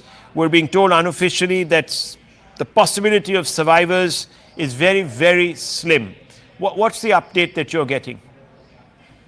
Yeah, certainly, you see, Rahul, that toll is what we are being unofficially confirmed by the sources on ground. It is being said that it has already been counted up to 150, and it certainly is unfortunately expected to only rise from here, because the kind of incident it was, and we initially also saw how the plane went up in flames. It clearly was indicative of the fact that the number of casualties and fatalities would certainly be high, not just those in the plane but also on ground. The collateral damage that it has caused, because it was a heavily residential area, and the building in which the plane had crashed, which was the doctor's hostel, that also, from there also, a number of occupants had to be rushed to medical facilities, and deaths have been reported from there as well.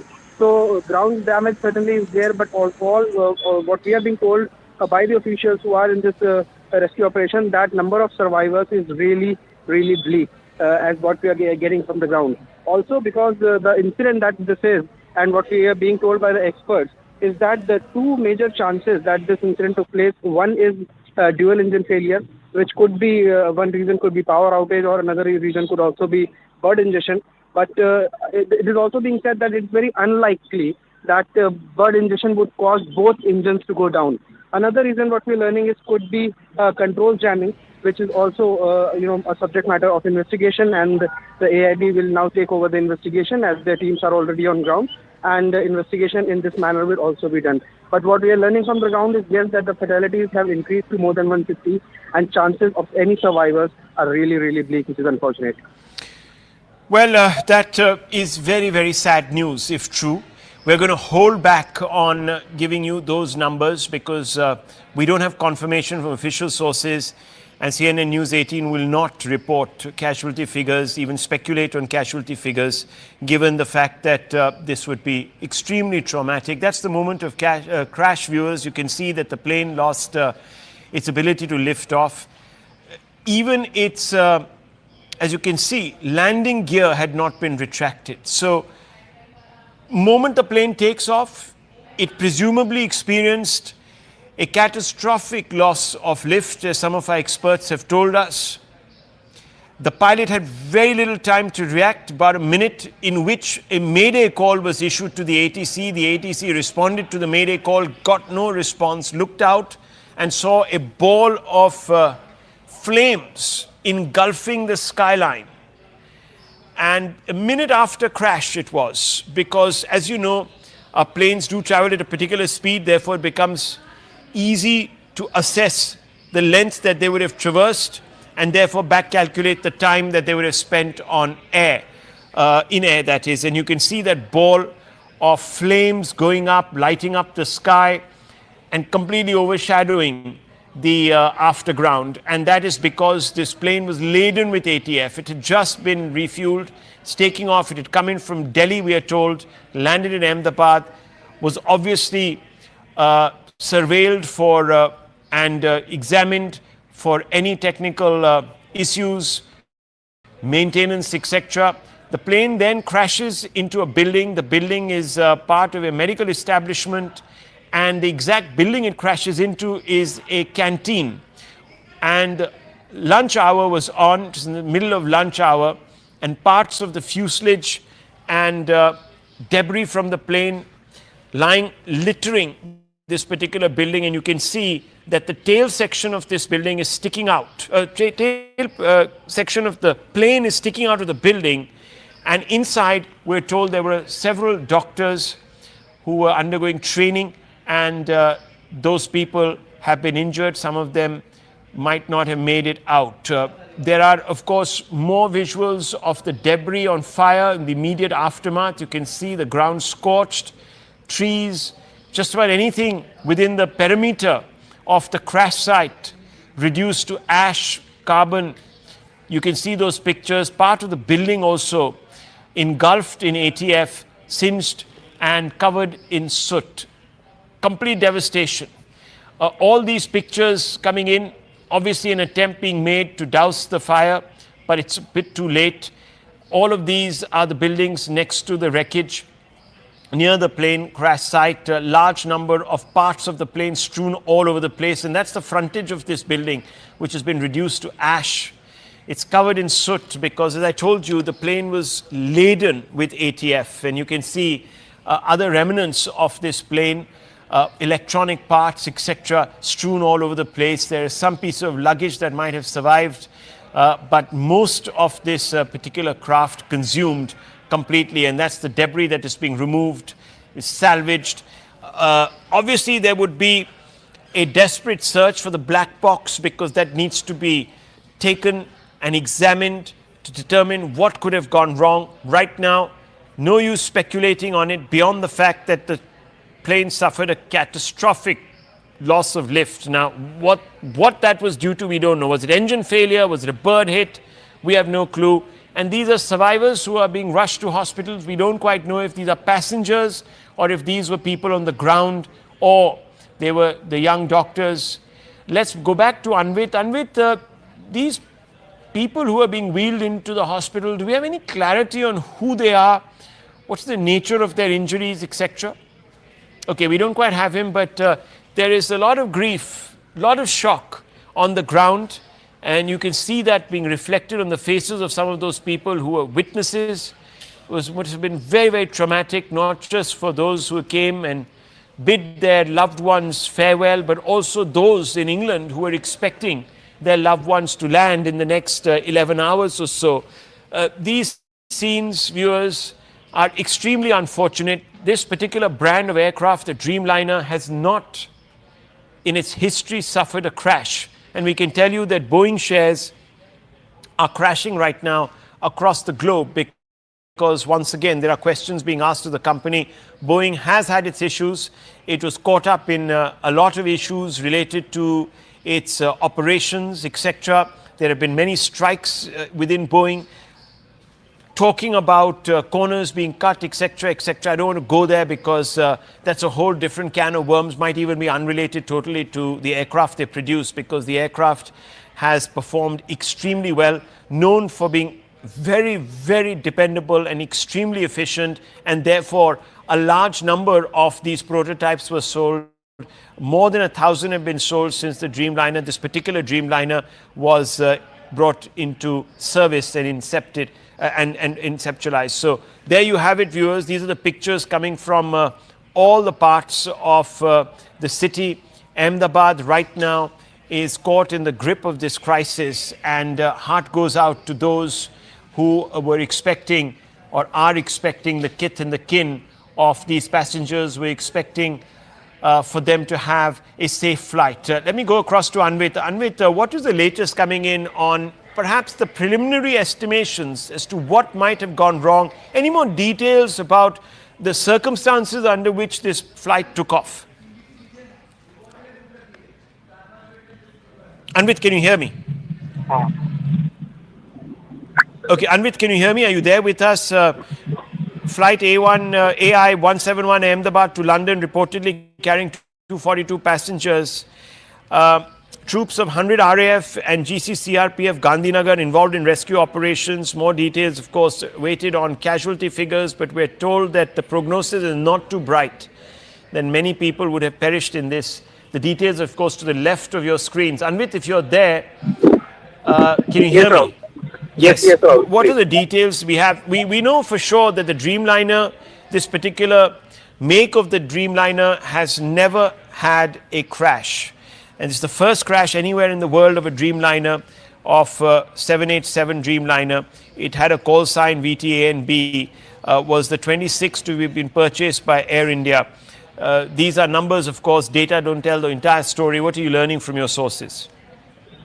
Certainly, see, like you rightly pointed out, that Dreamliner and Boeing 787s do not have a history of such incidents, and since their introduction in probably 2011, this is the first Boeing 787 Dreamliner that is reportedly crashed or met with a mishap that we are reporting on. And if we talk about the situation on ground, visuals are really scary.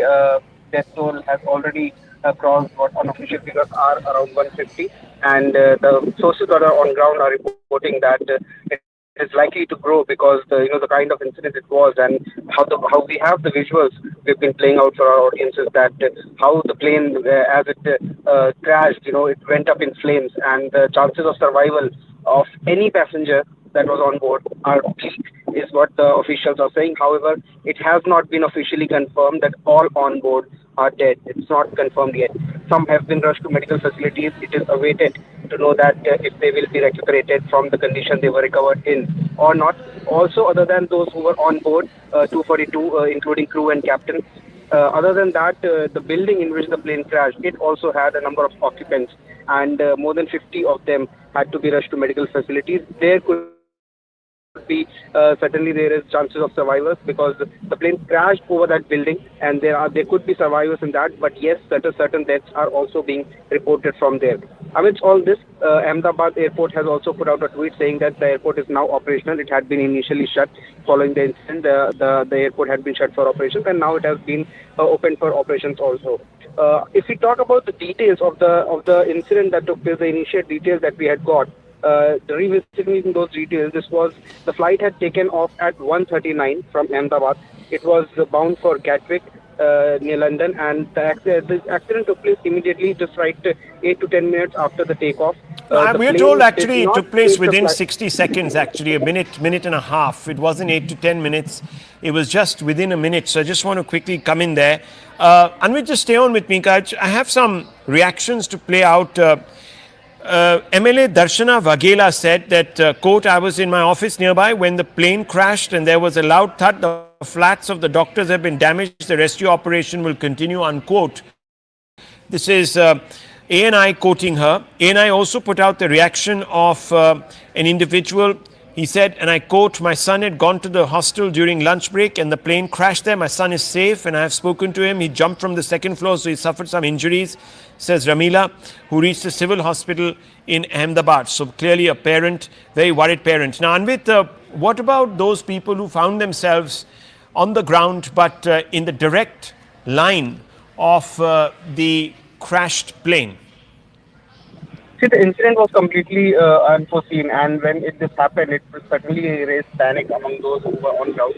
Some people had caught this incident on their phones, and they have recorded how the plane went down and the flight path as it was declining on its flight path. That has been recorded. Some videos we have played also on scene. But yes, there certainly was panic when visuals were coming on from on ground. We also saw how locals had gathered. Hundreds of people had gathered at the crash site, which also was another challenge for the first responders, be it the police, the firefighters, disaster management authorities, or the paramedics and ambulances. That also was a challenge, and many people had gathered. Okay. But that is also one Anvit, just hold your thoughts. That is the Gujarat Chief Minister, who has just emerged from the hospital after visiting those that were taken there. And we showed you pictures of people being wheeled into hospital about an hour and a half back. One just hopes that the prognosis from the hospital is not as full of foreboding as what we're being told by our sources. And on the right, you can see that's the mess that has been reduced to ashes there. Parts of the plane, this is the tail of the plane crashing into the roof section of this cafe, bringing the roof down.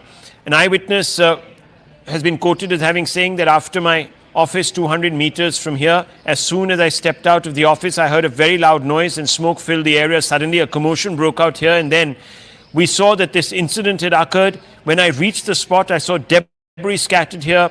There was a fire and smoke was billowing here. Nothing was visible. We then came to know that the wings of the aircraft fell here and that an aircraft crashed. We don't know about the casualties, but there is a building here where doctors reside. And that's the building that we were talking about, viewers, out of which is sticking out the tail of the plane in a rather ominous way. Now let's play out some eyewitness depositions. यहीं मेरे office में बैठी थी, जैसा धड़ाका हुआ मैं वहाँ office से वहाँ गई। बहुत बड़ा प्लेन क्रैश हुआ था, तो बहुत धुआं और आग लगी थी। जो डॉक्टर्स के फ्लैट थे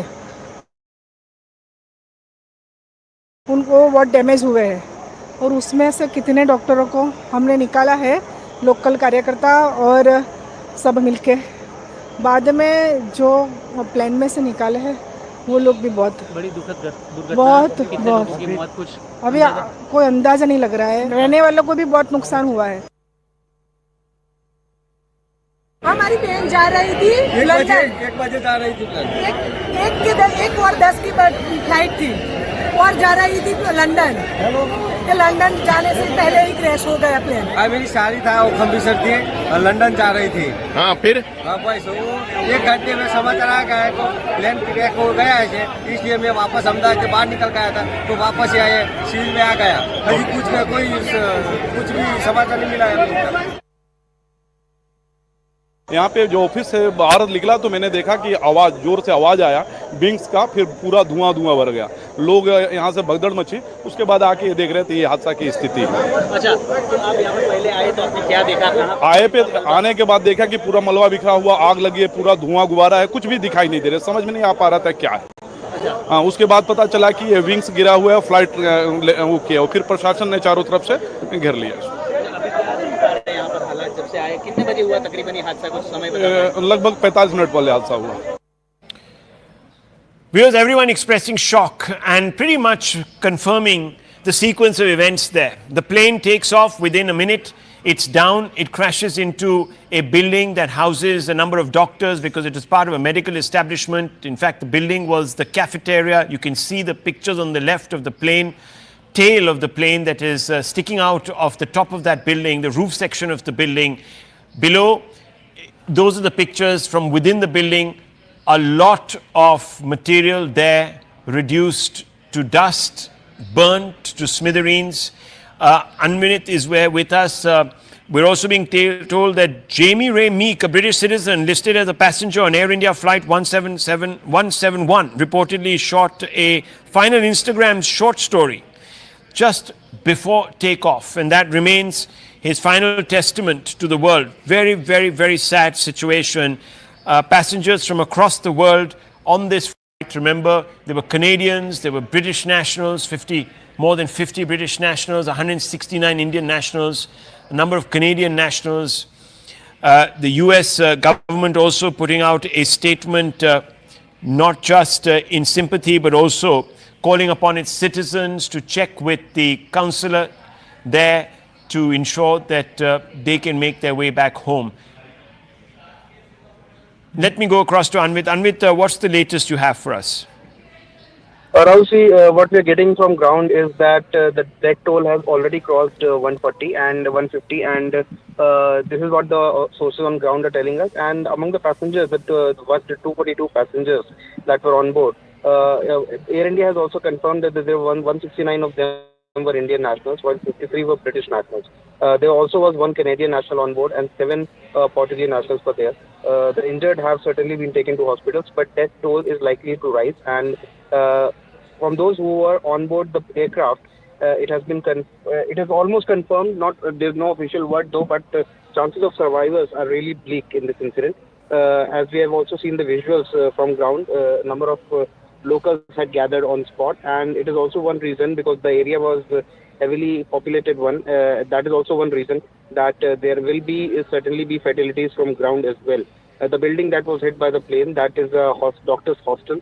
Many of the occupants of the building have also been rushed to medical facilities, and there are certain deaths have also been reported. The exact numbers are not still out, but it is expected that agencies certainly will be putting out the numbers soon. The police is expected to give out the numbers soon, but so far, even now, hours after the incident, focus is on rescue, because many people who are under the debris, who are in the building, they are being taken out. They are all being rushed to medical facilities, and soon we'll get the numbers also as to how many have been injured and what are the exact number of fatalities. But what we are learning is that out of 242 people, which includes 2 pilots and 10 cabin crew, number of survivors who were on that plane is really bleak to me.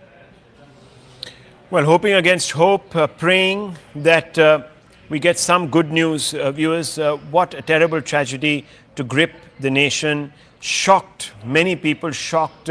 Reactions coming from across the world, from pretty much every global leader commiserating with the Indian authorities, with the Indian government and the people of our country. Let me go across to Payal. Payal, what can you tell us about the news that you're receiving on the investigative front? We know that Civil Aviation Minister and the DGCA Chief and Civil Aviation Secretary are being rushed to Ahmedabad. They're going to probably meet there. There's going to be a forensic inquiry and a probe into all of this. But what are you hearing from government sources? Well, as far as the government is concerned, Rahul, one thing is for sure that it will be a thorough investigation which will be done, because this also involves the unfortunate demise of foreign citizens, and therefore the government of India is extremely sure that there will be no lackluster, attitude at all as far as this is concerned.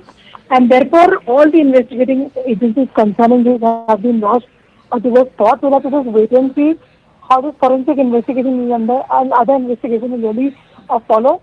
And therefore, Civil Aviation Minister Rammohan Naidu is expected to arrive in Ahmedabad anytime now.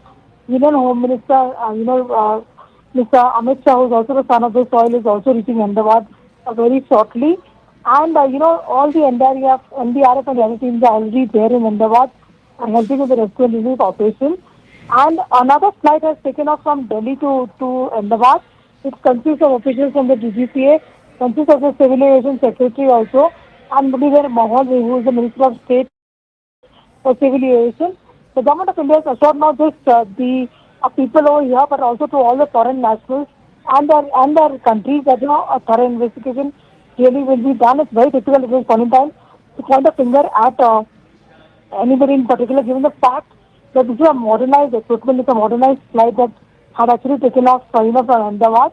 And therefore, all efforts will be made sure that we get to the bottom of it as well. Right. And there is something which the government of India has assured. Well, of course, premature, viewers, to even speculate about the reasons. It's too early in the day to do that. But clearly, there was something very, very wrong that led to this unprecedented tragedy. No Dreamliner has crashed, especially of the 787 Boeing variety, anywhere in the world. India is the first place where this has happened. So obviously, viewers, there's going to be a lot of dismay, and there will also be a huge focus. Muralidhar Mohol, who is the Minister of State for Civil Aviation and Cooperation at the centre, has also spoken on this issue. Hardeep Singh Puri has also spoken on this issue. Let's go straight across to some reactions that we're playing out now.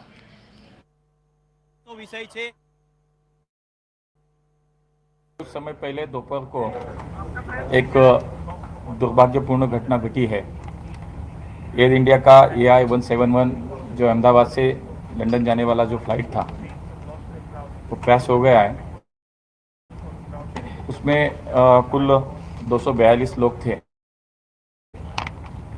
230 passenger थे और 12 crew members थे।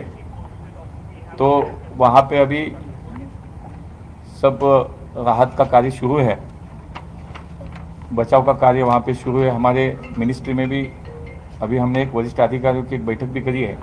जांच तो शुरू है, वरिष्ठ level पे हमारी मीटिंग भी अभी यहाँ पे हुई है और वहाँ पे अभी इमरजेंसी में जो बचाव राहत का कार्य चल रहा है उस पर चर्चा हुई है। अभी किसी बात पर बोलना, यानी कि कितनी कैजुअल्टी हुई, क्या हुआ, तो उस पर थोड़ा टाइम लगेगा। There's a plane crash. Ahmedabad to London flight ਸੀਗੀ ਸਵੇਰੇ 8 ਵਜੇ ਦਾ ਸਮੇਂ ਸੀਗਾ ਸ਼ਾਇਦ ਐਂਡ ਉਹਦੇ ਚ there's an accident but ਹੁਣ ਉਸ ਦੀ ਜ਼ਿਆਦਾ ਖਬਰ ਮੇਰੇ ਕੋਲ ਨਹੀਂ ਹੈਗੀ ਅਸੀਂ ਤੇ ਇਹੀ ਪ੍ਰਾਰਥਨਾ ਕਰ ਰਹੇ ਹਾਂ ਕਿ ਜਿੰਨੇ all those who were on board should be all right and we should await the news. I don't think one should speculate on that.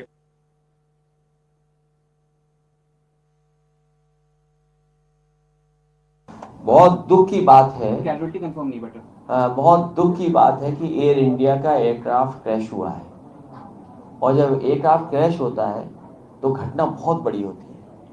इसलिए इस समय पर इतनी जानकारी मिली है तो हमारी अपील यही होगी सरकार से, हालांकि सरकार खुद कोशिश कर रही होगी कि सभी यात्रियों को बचाएं, सुरक्षित पहुंचाएं और उनका इलाज हो। और हमारी भगवान से ये प्रार्थना है कि अगर इतना बड़ा एक्सीडेंट हुआ है तो किसी की जान न गई हो और हमारे पायलट भी सुरक्षित रहे। Viewer statement coming out from Boeing. Boeing is saying that we're aware of initial reports and are working to gather more information. Remember, real-time information is relayed always from the plane to the manufacturer, and it is kept and located at a particular center. So real-time information will be available to them. Of course, they would also be wanting to look at the crash footage. They will also be looking at the black... Anvit is there with us. Yes, so the black box is very, very important. Do we have any idea about whether the black box has been recovered as yet, Anvit? What are you learning? See, right now the operations on ground are focusing on rescue and evacuation, and all the passengers who were on the plane, as well as the casualties that have happened on ground, they need to be evacuated and taken to medical facilities. Even the bodies, the charred bodies that we've seen visuals, they need to be moved to mortuaries and PM will be conducted, and those formalities need to be done. And only after that, see, AIB teams are already on ground, and they will be DGCA officials are also already there, and they are looking into parallel investigations or have also begun into the cause of the probable cause of this crash. It might take some time to retract the black box and get information from it and the technical data that will be retrieved. Based on that, it will be ascertained as to what may have gone wrong, because there are multiple speculations as of now. Also, the last moment communication between the pilot and the ATC before the mayday call was given. If there was any communication or if there was any communication from the pilot highlighting that there is some issue with the aircraft, that also will be crucial in this investigation. So far, when we have spoken to the experts, they have highlighted two possibilities. One is the way the plane went down and declined on its flight path. One probable cause could be dual engine failure, which is certainly a rare thing to happen, rarest of the rare in fact. This, however, it is being suspected that there is a birds problem in Ahmedabad. It is also in the Bangalore airport, we have reported in the past, but the menace of birds need to be really huge to bring both engines down. So that is also what makes it a rare happening, and that is one reason why the experts are saying that fuel starvation could be one reason, or fuel contamination could be one reason that why both the engines stopped working mid-air. That is one reason. Another, what they're talking about, is there could be a power outage or control jamming, which is also a possibility that would bring the plane down. So these are the reasons that the AIB will also be looking at, and also the DGCA. Well, can you confirm? Can you confirm, because there are reports, of course, coming out that those are the Minister of Home Affairs. He's taking a flight right now to Ahmedabad. Of course, this area does fall under his constituency, or very near to his constituency, viewers, and he's on his way there. And we know that the Union Home Minister has already expressed his shock at this incident. We also know a senior BJP leader has been caught up in this crash. We're updating inputs on his exact status as of now. He's a former Gujarat Chief Minister. Mr. Rupani was on board that flight. What we're being told right now is that there is a lot of speculation that is going on in different circles about the reasons behind this crash, and many people are looking very closely at the footage. And as we have been pointing out through the afternoon, that when the plane took off, it didn't even have time to retract the landing gear, and suddenly suffers a catastrophic loss of lift, which people don't quite know how it could have been possible. How did it actually happen? because fundamentally the Dreamliner has known to be extremely, extremely robust. There have been questions that have been appearing of recent, however, on different aspects of it. Federal Aviation Administration of America had said last year that it was investigating claims made by a Boeing engineer, and there have been, of course, this is well documented, it's been on various Netflix series, etc., who said that sections of the fuselage of the 787 Dreamliner were improperly fastened together and could break apart mid-flight after thousands of trips. Well, no such incident has been reported of recent, and if clearly that was not exactly what happened here, you can see that it's the engines that, or perhaps some other issue with the hydraulics that caused this loss of lift, because certainly no part of the fuselage here has come undone. Otherwise, we would have seen this particular plane unraveling midair. Let me go across to Pal. Pal, on the right, pictures of the Union Home Minister leaving for Ahmedabad. Yes, it seems that the Home Minister will arrive in Ahmedabad in a short while from now. And of course, the Civil Aviation Minister also. What we are also learning, Rahul, that the BJP state president for Gujarat and Union Jal Shakti Minister C.R. Patil is also on his way to Gujarat. He has even also been asked to rush to Gujarat. He's also not just the state president, but he's also the Union Minister. He's the son of the soil as well. He's also been asked to go there and aid in whatever rescue relief operations are required. With the unfortunate news coming forth that, there could hardly be any survivors as far as this crash is really concerned. And obviously, that is something which everybody is waiting to see what has been the cause of this. Because I've been speaking to at least quite a few experts and quite a few union ministers, including former civil aviation ministers, Rahul. And they're very surprised because this is, of course, a modern state-of-the-art aircraft. What really led to this? So nothing is being ruled out as of now. And our colleague Manoj Gupta had just spoken to us a little earlier. And he basically also said that the sabotage angle is also being, looked into over here with the fact that several national and international passengers were on board as well. And what an unfortunate, episode coming to the fore, not just for those people who are actually on the flight, but also for the building on which this aircraft fell, where, the doctors were having their lunch break as well.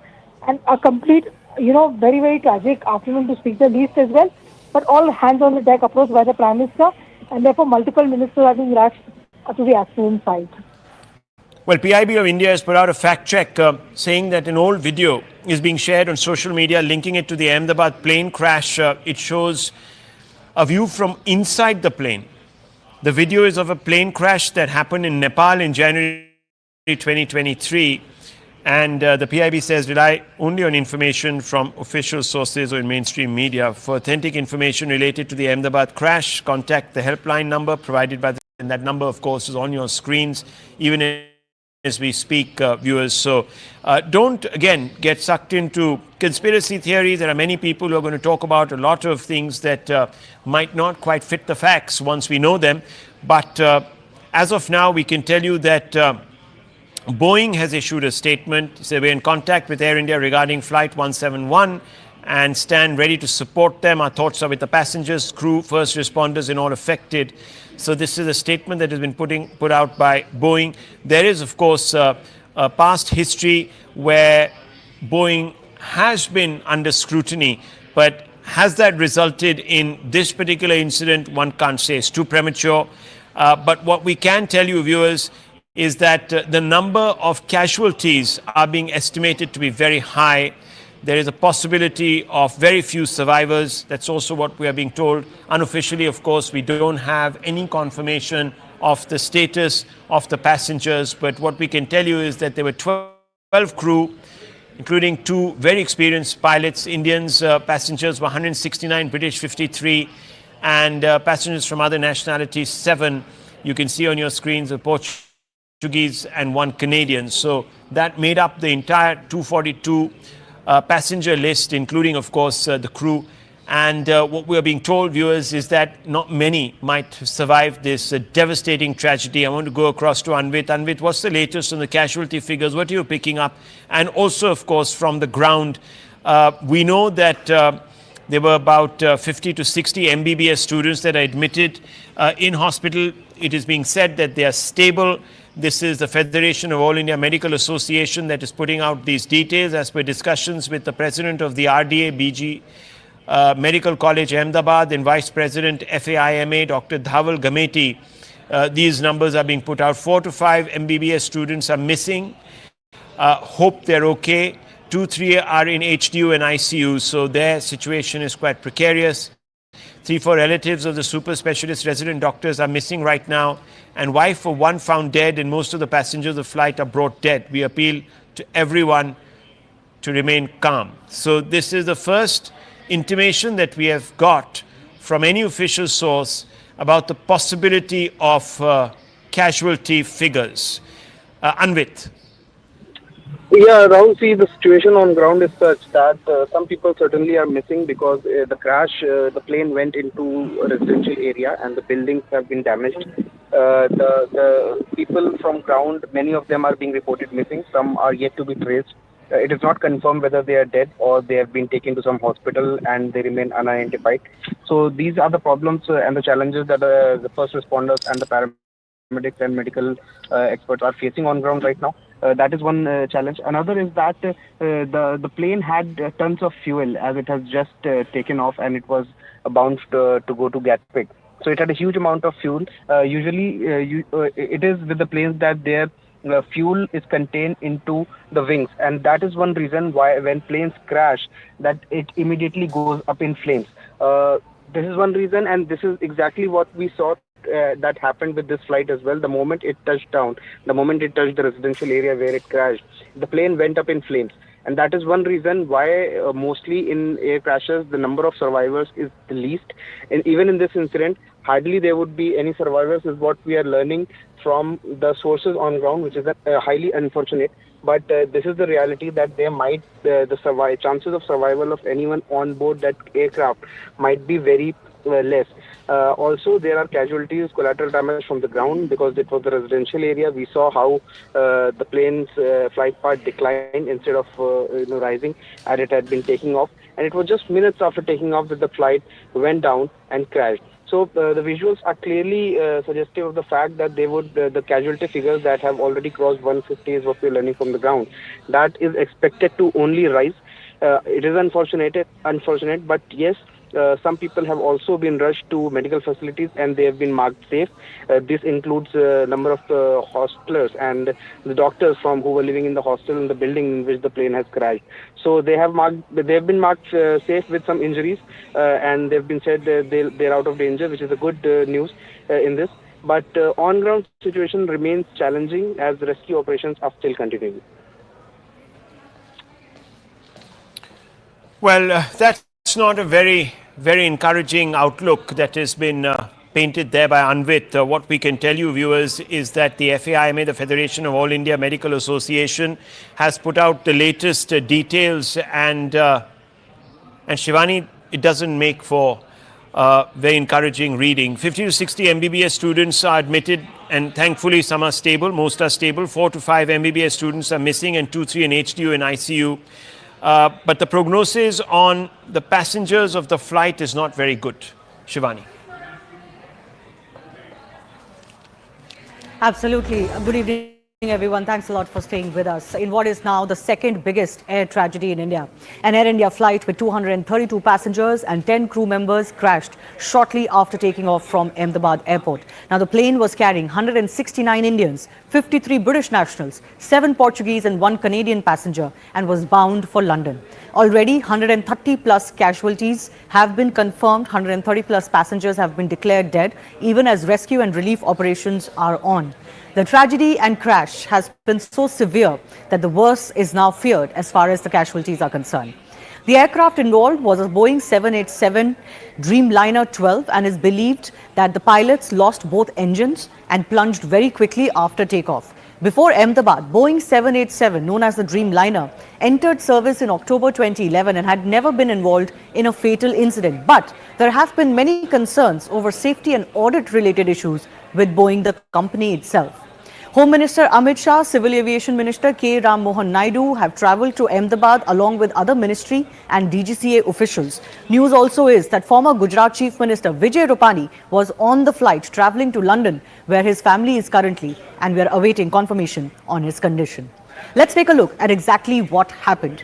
Air India Boeing flight AI-171 from Ahmedabad to Gatwick in London crashed immediately after takeoff from the Ahmedabad airport itself. As per ATC, the aircraft departed from Ahmedabad at 1:39 p.m. this afternoon from runway 23. So it was scheduled to leave this afternoon. It departed or took off at 1:39 p.m. There were 242 persons on board the aircraft, consisting of 2 pilots and 10 cabin crew, as I mentioned. The aircraft was under the command of Captain Sumit Sabharwal with First Officer Clive Kundar. Captain Sumit Sabharwal is a line training captain with 8,200 hours of experience. The co-pilot also had 1,100 hours of flying experience. Now, the the crew gave a mayday call to the ATC shortly after its takeoff, but thereafter, no response was given by the aircraft to the calls made by the ATC. Now, the flight is said to have crashed within a minute after takeoff from runway 23. It had barely achieved a height of 600 odd feet. And the worst is that it actually lost control so badly that the pilots crashed right outside the airport perimeter. The Air India flight crashed at an under construction building, but it also damaged in its path a medical college and hospital where few students have also been injured. We're also trying to ascertain more about their condition on ground. So what exactly happened mid-air? Initial data from flight Air India 171 shows that the aircraft reached a maximum barometric altitude of 625 feet only. Now, this is not a lot. This is just about 425 feet above the altitude of the runway itself, which is at 200 feet. Minutes after making that mayday call, the Air India flight started to descend with a vertical speed of minus 475 feet per minute. So you can imagine that actually the flight went down so quickly that within a few seconds it had crashed into those buildings, possibly giving no time to the pilots and others to even try to maneuver away from what seems to be a heavily densely populated area. These are some of the videos that we have also been able to capture through various residents of that area. This is of course the moment the Air India Ahmedabad London flight crashed. After takeoff, you can see that it immediately burst into flames, which is why we are fearing heavy casualties and possibly no survivors. Minutes after the flight crashed at this under construction building, visuals show parts of the flight up in flames. Footage also shows firefighters dousing those flames soon after the plane had crashed. And because the proximity of this crash site is so close to the city and the airport itself, the rescue and the fire services actually managed to get to the area, to the crash site fairly quickly, within minutes, is also what the police has confirmed. The visuals from the crash site show the debris of the flight AI-171 scattered across the area. This is one visual that is extremely damning as far as this crash is concerned. This is one portion of the crashed aircraft that has actually got stuck on top of the building, and other parts that have fallen on the ground, where of course there are lots of people that you can see as well. Dramatic visuals also show these parts crashing into these buildings at various areas. There is another mess hall where about 50 to 60 students that are studying, there are MBBS students that were studying in the nearby colleges, and there is a hostel where they used to live, and mess hall where they were eating lunch, when actually parts of the plane crashed into the windows of that mess as well. But thankfully there have been no casualties there, at least the mess hall is concerned. Soon after the crash, rescue efforts were in place. Of course, injured were rushed to hospitals. These are some of the visuals that we've managed to access. Chief Minister of Gujarat has also visited the civil hospital where most of the injured are being taken. These are of course injured. We don't know whether these were passengers. It's unlikely that they were passengers, because the situation also is that there could be more casualties or injured from on ground, from the buildings and across the airport perimeter where this plane crashed and burst into flames. We're also getting more fresh visuals that are arriving of the moments after the crash. Take a look at this visual. These are visuals of this densely populated area. You can see buildings are also on fire. There is debris on the ground that has caught fire as well. So these are the buildings that have come into the path of this crashing aircraft. We are being told that MBBS students lived in these hostels, and we are waiting to get more as far as their condition is concerned. But there is also a mess building, a mess hall where students had gone for eating during the lunch hour, which also bore the brunt, but less severe brunt of this crashing aircraft. At least there we spoke to an eyewitness. The students are safe. But the eyewitnesses told us that there is another building where this craft had crashed into. The visuals we also showed you earlier of the crashed aircraft stuck into the building. And there could be some casualties feared. But of course, we're trying to get you the latest. Let's also listen in, not just to eyewitnesses, but other relief agencies on ground as well. यहीं मेरे office में बैठी थी, जैसा धड़ाका हुआ मैं वहाँ office से वहाँ गई। बहुत बड़ा प्लेन क्रैश हुआ था, तो बहुत धुआं और आग लगी थी। जो डॉक्टर्स के फ्लैट थे उनको बहुत डैमेज हुए हैं, और उसमें से कितने डॉक्टरों को हमने निकाला है, लोकल कार्यकर्ता और सब मिलके। बाद में जो प्लेन में से निकाले हैं वो लोग भी बहुत बड़ी दुखद दुर्घटना, बहुत कितने लोगों की मौत कुछ अभी कोई अंदाजा नहीं लग रहा है। रहने वालों को भी बहुत नुकसान हुआ है। हाँ, जस्ट बोर्डिंग हुआ था, मैं अंदर फ्लाइट के अंदर वॉक करते जा रहे थे, बट सामने बहुत बड़ा धुआं वगैरह दिख रहा था। बट उस टाइम मुझे ये नहीं मालूम था वो प्लेन क्या है। जैसे कोई आग झाड़ी वगैरह जंगल में आग लगती है ना, लाइक वैसा कुछ तो लगा था। ये मालूम नहीं था कि वो प्लेन क्रैश हुआ है। तो उसके बाद क्या हुआ? इंडिगो की तरफ से इन्फॉर्मेशन, एयरपोर्ट की तरफ से क्या इन्फॉर्मेशन मिल गया? नहीं, तब तक कुछ नहीं। फिर हम अंदर जाके बैठे, हमारे साथ में हम फोटो भी निकाले थे, जैसे कोई आग लगी होगी झाड़ी वगैरह में। जब फ्लाइट में बैठे और 10-15 मिनट इधर उधर पूरे एकदम से अनाउंसमेंट हो गया कि फ्लाइट डिले हो रहा है। बट वहाँ पे उन्होंने ये रीज़न नहीं बताया कि किस वजह से डिले हो रहा है। डिले हो रहा है इतना ही बताया था। बट अभी वो वाईफाई मतलब इंटरनेट वगैरह सब चालू था, मोबाइल पे न्यूज़ आ गया, तब हमें पता चला कि वो फ्लाइट क्रैश हुआ है। मेरा लड़का है ना, वो ब्रेक पड़ा था खाने का, तो हॉस्टल में खाने गया था इधर, हॉस्टल में ही प्लेन क्रैश हुआ। पर मेरे लड़का को कुछ हुआ नहीं, बात हुई मेरी। और इसके भाईबंद है ज़्यादा हुए तो लोग मर गए। ये फिर मेरे लड़का को देखने जाना है अंदर। मेरे को लड़का बोला है कि मैं अच्छा दूसरे मार से कूदा था ना, तो थोड़ा खाली लगा है, ऐसा बोला है मेरे को। और मैं जाऊँ अंदर तो मालूम पड़े ना। ठीक है। हमारी बहन जा रही थी लंदन, 1 बजे जा रही थी। 1:10 की फ्लाइट थी और जा रही थी लंदन। लंदन जाने से पहले ही क्रैश हो गया प्लेन। मेरी साली था, वो खम्बीसर थी और लंदन जा रही थी। हाँ, फिर बस 1 घंटे में समझ रहा है को प्लेन क्रैश हो गया है, इसलिए मैं वापस अहमदाबाद से बाहर निकल गया था। तो वापस आए, सील में आ गया। अभी कुछ भी समाचार नहीं मिला है। कुछ समय पहले दोपहर को एक दुर्भाग्यपूर्ण घटना घटी है। एयर इंडिया का AI-171 जो अहमदाबाद से लंदन जाने वाला जो फ्लाइट था वो क्रैश हो गया है। उसमें कुल 242 लोग थे, 230 पैसेंजर थे और 12 क्रू मेंबर्स थे। तो वहाँ पे अभी सब राहत का कार्य शुरू है, बचाव का कार्य वहाँ पे शुरू है। हमारे मिनिस्ट्री में भी अभी हमने एक वरिष्ठ अधिकारियों की एक बैठक भी करी है। जांच तो शुरू है, वरिष्ठ लेवल पे हमारी मीटिंग भी अभी यहाँ पे हुई है। और वहाँ पे अभी इमरजेंसी में जो बचाव राहत का कार्य चल रहा है उस पर चर्चा हुई है। अभी किसी बात पर बोलना, यानी कि कितनी कैजुअल्टी हुई, क्या हुआ, तो उस पर थोड़ा टाइम लगेगा।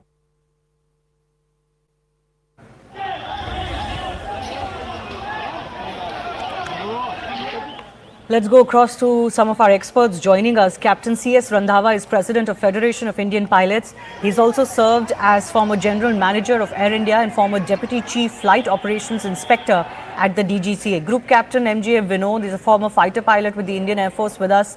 Dr. Vandana Singh, Chairperson of Aviation Cargo, Federation of Aviation Industry in India. V.K. Kukur is aviation expert also with us. I do thank you all for your time. First up, I want to go across to Captain C.S. Randhawa. Yes, ma'am. Your thoughts about the nature of the crash first up, because it has happened within a minute of takeoff, giving the pilots and the crew hardly any time to even be able to change their course of line or their direction, crashing into these buildings. What do you think could have transpired? What could have been those moments like inside that cockpit? Okay. To start with, this was an extremely tragic accident which has occurred. Let me give you some background. This flight was from Ahmedabad to London Heathrow and must be carrying at least 65,000 to 70,000 liters of aviation turbulent fuel, which is highly inflammable. And it is in the category of the kerosene, and it is much more inflammant than petrol. Now, the aircraft has taken off. The pilot must have engaged the autopilot around 200 to 250 feet. Now, it seems that the aircraft would have been about 500-600 feet when it started descending, which I have seen through the video. And the pilot has given a mayday call.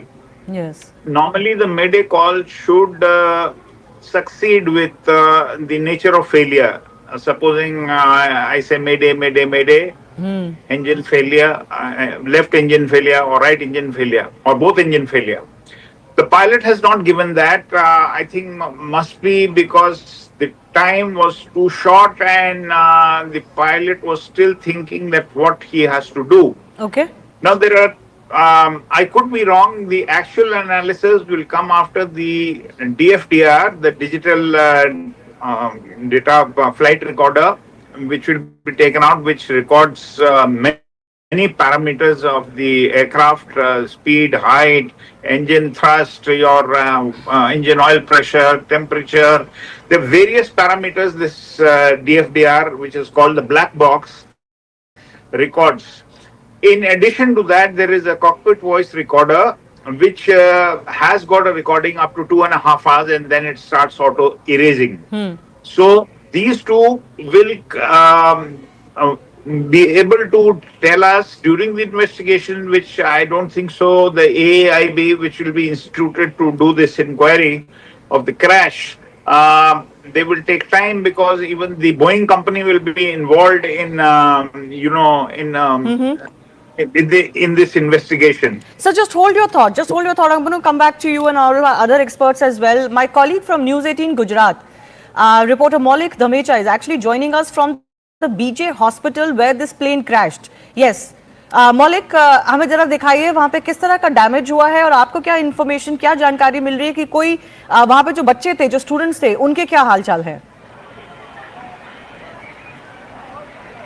बिल्कुल पूरा मामला जो है वो 1:30 बजे के आसपास जब प्लेन क्रैश हुआ तब बना था। फिलहाल ये दृश्य से आपको दिखाना चाहूँगा कि ये जो पीजी अस्पताल है जहाँ डॉक्टरी की अस्पताल से पढ़ते हुए बच्चे, जहाँ प्लेन क्रैश होने के नाते लगभग 22 से 30 बच्चे थे जो यहाँ पे प्लेन क्रैश होते ही सीधा ब्लास्ट हुआ और ब्लास्ट होने के नाते वो यहाँ जलकर राख हो गए। साथ ही साथ 133 से भी ज़्यादा पैसेंजर जो प्लेन में सवार थे, अहमदाबाद से टेक ऑफ की हुई फ्लाइट जो थी वो लंदन की ओर जा रही थी, पर करीबन एयरपोर्ट से निकलते ही लगभग 1 किलोमीटर दूर आई होगी और 1 किलोमीटर दूर आते ही ये ब्लास्ट होने के कारण सारा जो है तहस नहस हो चुका है। पूरी बिल्डिंग जो है 8 माले की बिल्डिंग अभी लगभग 4 माले की रह चुकी है। पूरा काटमाल जो है वो खसने की काम जो है वो पुलिस, NDRF की टीम, पूरा गुजरात पुलिस का फोर्स और साथ ही साथ आर्मी की टीम जो है वो भी जुटी हुई है। लोकल जो पुलिस और फायर ब्रिगेड की टीम जो है वो भी फिलहाल तैनात है। एक और एक जो अस्पताल से निकाले गए जो डॉक्टर की ओर से बोले गए जो मृत लोग हैं उनको यहाँ से PM की ओर ले जाया जा रहा है। माना जा रहा है कि आने वाले समय में और भी जो कई डेड बॉडियाँ जो है वो निकाल के यहाँ से रवाना किए गए। कई सारे बच्चे थे, कई सारे युवा थे जो यहाँ से फ्लाइट में सवार होते हुए और कई जो आशास्पद युवा जो डॉक्टरी की पढ़ाई करने आए हुए थे और ये प्लेन क्रैश होने के नाते अभी फिलहाल मौत को भेटे हुए। मौलिक जी, मैं आपसे कंफर्म करना चाहती हूँ एक बार और। मौलिक जी, मैं आपसे कंफर्म करना चाहती हूँ एक बार और। आप कह रहे हैं कि 22 से लेके 30 बच्चे जो MBBS की तैयारी कर रहे थे और इस हॉस्टल में रहते थे, उनकी मृत्यु हो गई है, अस्पताल ले जाया जाएगा।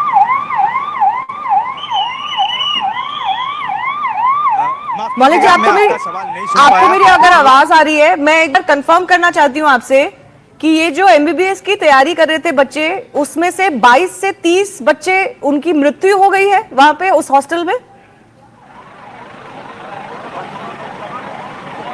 माफ़ कीजिएगा, आपको एक बार क्वेश्चन जो है वो रिपीट करना पड़ेगा क्योंकि एम्बुलेंस की आवाज़ इतनी आ रही है, मैं आपको सुन नहीं पा रहा था। पर फिलहाल एक दृश्य जो है वो आपको दिखाना चाहूँगा कि जो अभी भी फिलहाल कई सारे स्वयंसेवक हैं, कई सारे एम्बुलेंस जो है वो यहाँ के लिए काम में जुटी हुई है, कागजात जो है वो निकालने के जुटी हुई है। फिलहाल एक एक करके एम्बुलेंस जो है वो अंदर भेजा जा रहा है और फिलहाल कोई भी अंदर आ ना जा सके, इसीलिए बीएसएफ का जो पॉइंट है वो बीएसएफ भी यहाँ अंदर जुटा हुआ है। लाइट जो है वो लाइट बिल्कुल ऑफ कर दिया है। टॉरेंट पावर की टीम जो है वो टॉरेंट पावर की टीम जो है यहाँ लगातार तैनात है। साथ ही साथ कई सारे स्वयंसेवक हैं वो भी जुटे हुए हैं। फिलहाल अभी एएमसी के जनरेटर मंगाए गए हैं क्योंकि जो आसपास में जो बड़े घने वृक्ष से उनको काटने के लिए कहीं जो जनरेटर की व्यवस्था जो है वो एएमसी की ओर से की जाए। ऐसी कई सारी मात्रा में एम्बुलेंस जो है एक दो डेड बॉडी निकालने के लिए आती जाती रहती है। अभी फिलहाल 50 से भी ज़्यादा डेड बॉडियाँ ऑलरेडी निकाल चुके हैं और उनको अस्पताल भेजा जा चुका है। फिलहाल ये मामला लगभग 1:30 बजे से जब शुरू हुआ है और अभी 6 बजने की वारदात है। 6 बजे बाद भी यहाँ से कोई बाहर निकलता है, एक दो डेड बॉडियाँ जो है वो बाहर निकलती नज़र आ रही, यानी कितने लोग हैं वो अभी कहना मुश्किल है। फिलहाल जो इंजर्ड लोगों की एक सूची बाहर आई है, वो इंजर्ड लोगों की सूची में ऐसा जानने मिला है कि लगभग 25 लोग जो है वो फिलहाल इंजर्ड है। उनकी अलग अलग वार्ड में सिविल अस्पताल के अंदर जो है वो सारवार होने जा रही है और बाकी सारे जो लोग हैं उनको यहाँ से डेड बॉडी जो है वो निकाल के आगे की ओर ले जाया जा रहा है। मौलिक जी, अगर आपको मेरी आवाज अब आ रही है, आपके आसपास बहुत आवाज है एम्बुलेंसेस की, मैं आपसे कंफर्म करना चाहती हूँ कि जो बच्चे इस हॉस्टल में थे उनमें से कितने की मृत्यु हुई है, जो आपके पास अभी जानकारी है? अभी जिस प्रकार जानकारी मिल रही है वो बेसिक इन्फॉर्मेशन है। बेसिक इन्फॉर्मेशन इसीलिए क्योंकि जब घटनास्थल पे ये प्लेन जब क्रैश हुआ, ये यही जगह है। मैं आपको एक बार दृश्य के मार्फत दिखाना चाहूँगा कि ये जो जगह है वो बिल्कुल यही जगह है कि जहाँ से प्लेन का कॉकपिट होता है और कॉकपिट के आगे का भाग से लगभग 58 लीटर जितना फ्यूल जो था वो फ्यूल होने के नाते यहाँ टकराया था और टकराने की वजह से ये सारा जो बच्चे यहाँ हॉस्टल में पढ़ते थे, रहते थे, उनको यहाँ लगा हुआ था और ये सारे लोग यहाँ अभी मौत से जुटे हुए। सारे कई लोग जो बच गए थे वो बच गए, उसको अस्पताल में दाखिल कराया गया है, उनकी सारवार जो है वो चल रही है। पर जब तक आंकड़ा मिल पा रहा है कि 22 से भी ज़्यादा बच्चे यहाँ थे, उनको ले जाया जा रहा था और उसमें ये हादसा हुआ और ये हादसे में कई सारे पैसेंजर भी थी और वो जो पैसेंजर का आंकड़ा है वो अब तक 150 से भी ज़्यादा होने का माना जा रहा है। Okay. Maulik Dhamija, thanks a lot for joining us. Let me go back to our guests who continue to be with us. Yes, Captain C.S. Randhawa was talking about what could have possibly gone wrong. I'm sorry to cut you short there. We were getting this live report. Yes, sir. Your thoughts on what could have possibly gone wrong? How can both engines of such a reliable aircraft, the Dreamliner, that had never been involved in such a crash of this nature, happen? See, I said earlier that this could have been due to bird ingestion because Ahmedabad is a known airfield for a lot of bird activity. I have flown there enough number of times, and that was one challenge we used to have about the bird activity at Ahmedabad, even when we used to do training flights. So there could be a possibility that that both engines have flamed out because of bird ingestion. There is a very less possibility that the both engines have failed because of fuel starvation, because there are separate fuel lines going into each engine, and it is unlikely that such a situation has occurred until and unless there is some contamination in the fuel, some water content which was there due to cold soak. That possibility also cannot be ruled out. The other possibility could have been that when the pilot did not have much time to think that what has to be done when he's lost control of the aircraft, could be jamming of the control. If there is a jamming of the elevator control in the aircraft, then that possibility also cannot be ruled out. So, in my opinion, it will be not correct to come to any conclusion without the AIB retrieving the DFDR and the CVR, and then only we would be able to come to know. Thirdly, let me tell you, when the aircraft crashes with so much of fuel, it is like a time bomb. Yes. And if it lands up over a populated area, there is no question of survivors wherever the debris of the aircraft will go, because the fuel will be all over. And fuel, you know that when it is spread, even a small fire, small light can create a havoc, because in one go it will burn the whole place. Yes, yes. That certainly seems to have happened as far as this case is also concerned. Let me also go across to Group Captain MJ Vinod. A very, very concerning situation this. Not only the fact that the plane crashed within a minute or so, barely had achieved any height or altitude before it crashed. It seems like the pilots were not able to control the plane at all. Their power was completely off. Both engines could, and we are being told that can only happen if both engines have gone off, which is a very rare situation. And then, of course, for the plane to have crashed into a residential area, my colleague was just bringing a report there from what is a tragic scene unfolding, which was a hostel for MBBS students who seem to have come in the path of this crashing plane. Yes, Shivani, with all due respect to all the information out there, I want to, Shivani, I mean, you know me by now, I want to break it down into logical pieces. I landed in this particular runway just a couple of days ago on a twin-engine big jet. And very, very familiar with this place. I keep landing there often. So with that as the background, I'm saying this.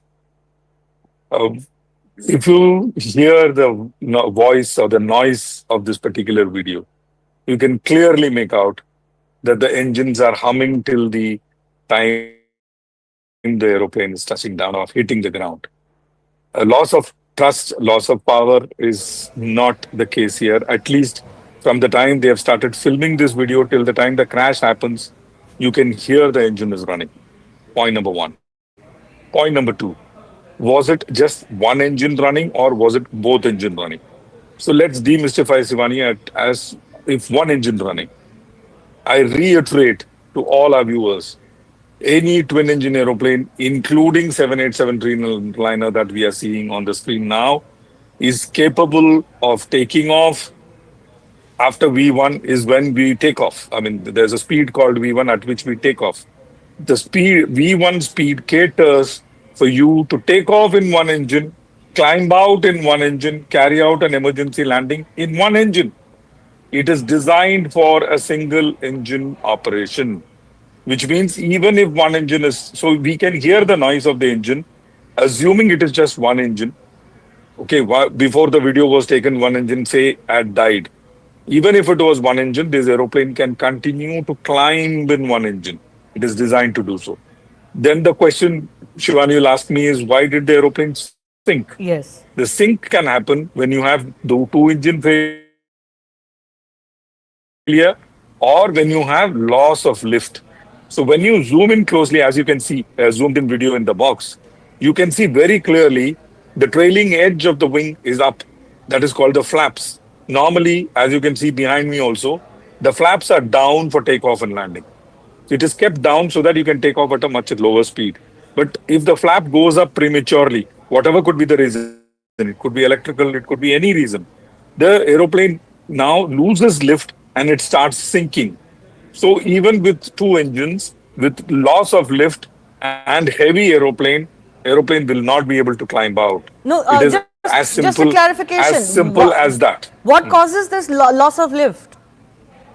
Flaps are up, Shivani, because the flaps are put down so that the aeroplane wings can generate much more lift. 120% lift is extra. Matlab, 100 plus 120 is what you get when the flaps are down. But when the flap goes up, as you pick up speed, you have to keep raising the flaps And as you pick up cruising speed, the flaps are fully up, the aeroplane wing is straight, as it is seen in the video. So the flaps have gone up. In 2013, Shivani, this particular entire 787 was grounded because of some electrical issues. And after that, they sorted out the electrical issues and the aeroplane came back online. Are you So suggesting I'm that saying there are technical issues that could have led to loss of flight? loss of lift? Yes. Possible. But only the FDR will tell us whether the flap went up automatically or the flap went up due to some other reason. Only the FDR will be, and the CVR, the cockpit voice recorder, will be able to tell us. But Shivani, you turn up the volume and let the let our viewers hear the noise. The engine is running. So the loss of lift, in my opinion, could be the reason. But again, there are only two people who will know. One is the FDR, and another is God. No one else can tell you what went wrong. You know, I spoke to several experts through the day when we first got the update about this crash. And most are suggesting that this nature of crash soon after takeoff in what was clearly a fit aircraft to fly, it had come from Delhi to Ahmedabad and then was flying from Ahmedabad to London, could not have happened given that the pilots had no time to react, to respond. After Mayday call, they were incommunicado. This couldn't have happened without loss of engine. But you are suggesting that loss of engine is not the case here. Turn up the volume. You will know what I'm saying. Just turn up the volume of this particular video. You will know what I'm saying. See, sound is a very, very important clue. Visual, yes, but sound is a very, very important clue, especially, you'll be surprised to know, and the viewers will be surprised to know, with sound, you can even make out what is the RPM of the engine.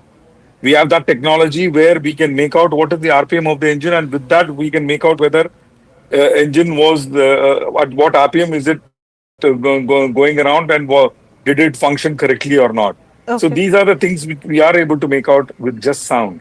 So the engine, the question that at least arises one is, engine was working, Shivani. At least one, and one is enough. And one is clearly enough. So the question that arises is whether it's a technical, mechanical failure or some sort of a manual error.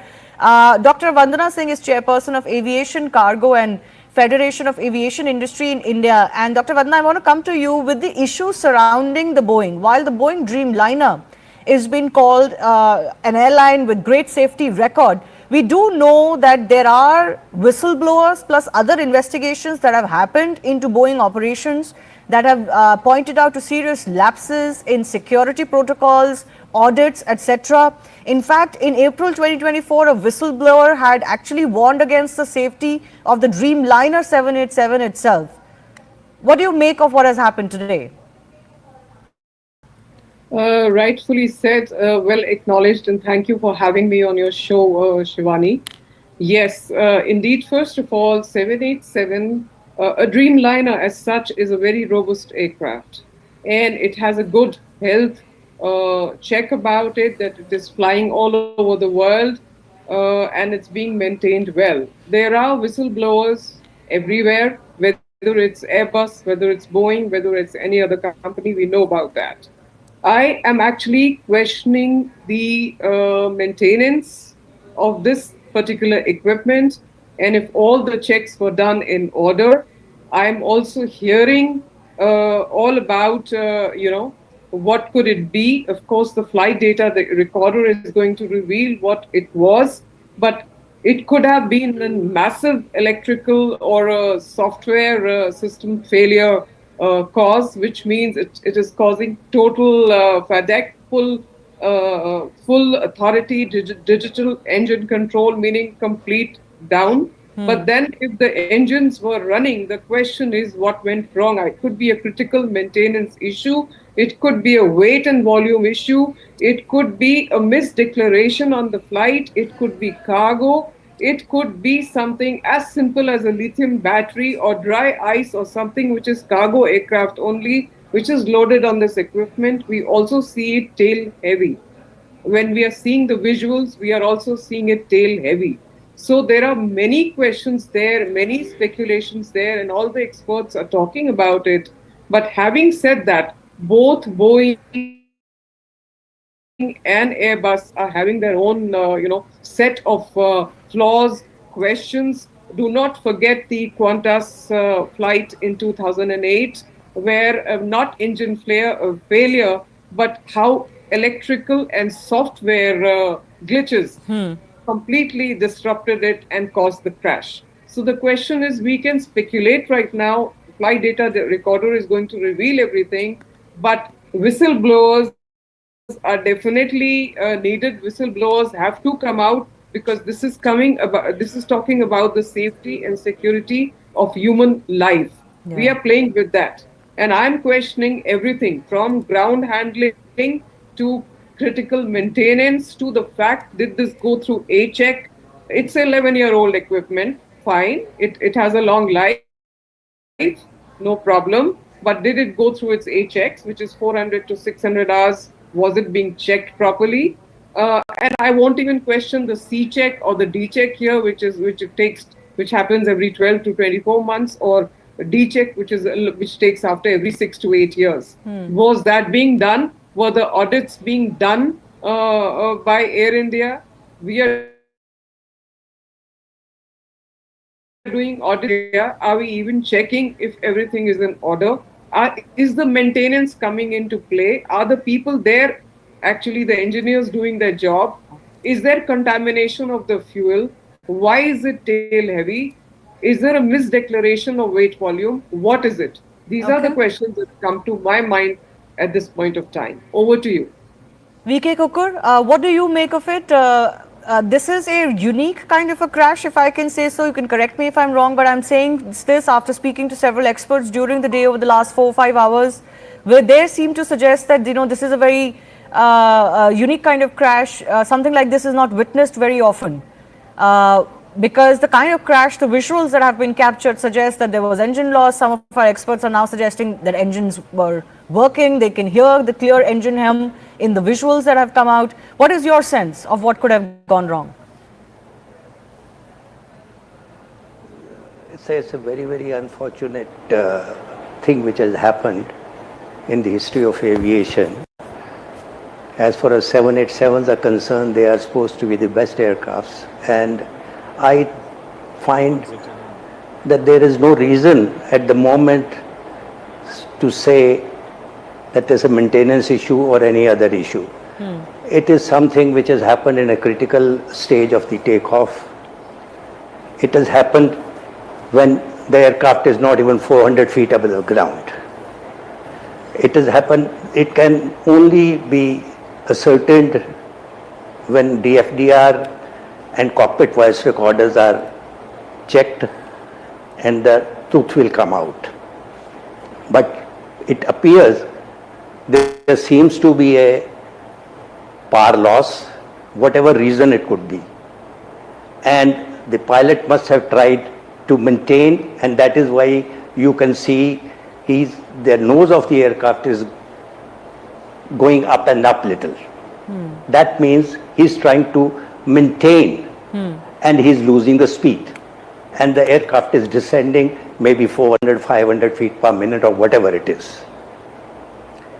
Now, it can be a loss of power, it can be a loss of lift, it can be any other reason which has taken place in split of second, which probably did not give any time for the pilots to do anything, because they were handling the aircraft fine, because you could see the aircraft the way it is going down and it is stable. There was nothing that it was tilting here, there, or some failures have taken place and trying to correct them. No, it's flying off. From the pictures I can see. Rest we'll come to know, but it's very, very unfortunate, and there is nothing else can be said at the moment. Absolutely. No, absolutely. This has really shocked the entire country and the entire world. This power loss, sir, that you talk about, this power loss, just for the benefit of our viewers, what all things can cause this power loss? Power loss can be due to bird also, can be any reason, because I am not an engineer or I am not an expert on 787s. but it looks like the engines were not developing the power, and that is why he was trying to maintain the height by pulling the nose up. This is what I can see from the pictures. And it is a very critical height. And it did not give him time to even turn back and land. Yes. Because if he had turned back, there should have been some speed. Yes. Otherwise, it would have been drag and it would have been fall. So he was trying to maintain. That's what I can see. Yes. I don't know much more than this, but it's a very, very unfortunate, and we cannot at the moment pinpoint any fault at the moment till such time the investigations are carried out. And the aircraft has already flown from Delhi or Bombay to Ahmedabad. They must have done the checks at the transit also, at the night stop also.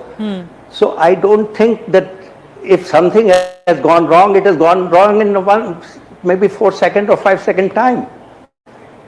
Right. 5 seconds, 10 seconds, because the aircraft has not attained more than 400 feet from the ground. Absolutely. It happened very soon after takeoff. Hardly any altitude had been achieved by the aircraft. It is a critical stage of takeoff. Yes, yes. Captain Saurabh Bhatnagar, who's a former A320 pilot from with Indigo, is also joining us. Captain Bhatnagar, your sense on what could have gone wrong as far as this crash is concerned? Hi, good evening. First of all, I must, say this was a very tragic accident which has happened in the history of, 787 Dreamliner, one of the very best and one of the very excellent aircraft to fly by. Though I'm an Airbus 320 with Indigo and Air India Express. And, a lot of theories, the moment these kinds of accidents happen, so there's a lot of theory starts, floating in the air, in the WhatsApp group, in the pilot group and everything. And naturally, the footage also I have seen, and prima facie, it appears to me that yes, what sir is saying is loss of power. Because if you see the attitude of the aeroplane, it is going takeoff direction. The aircraft has gone down. Okay, the descent,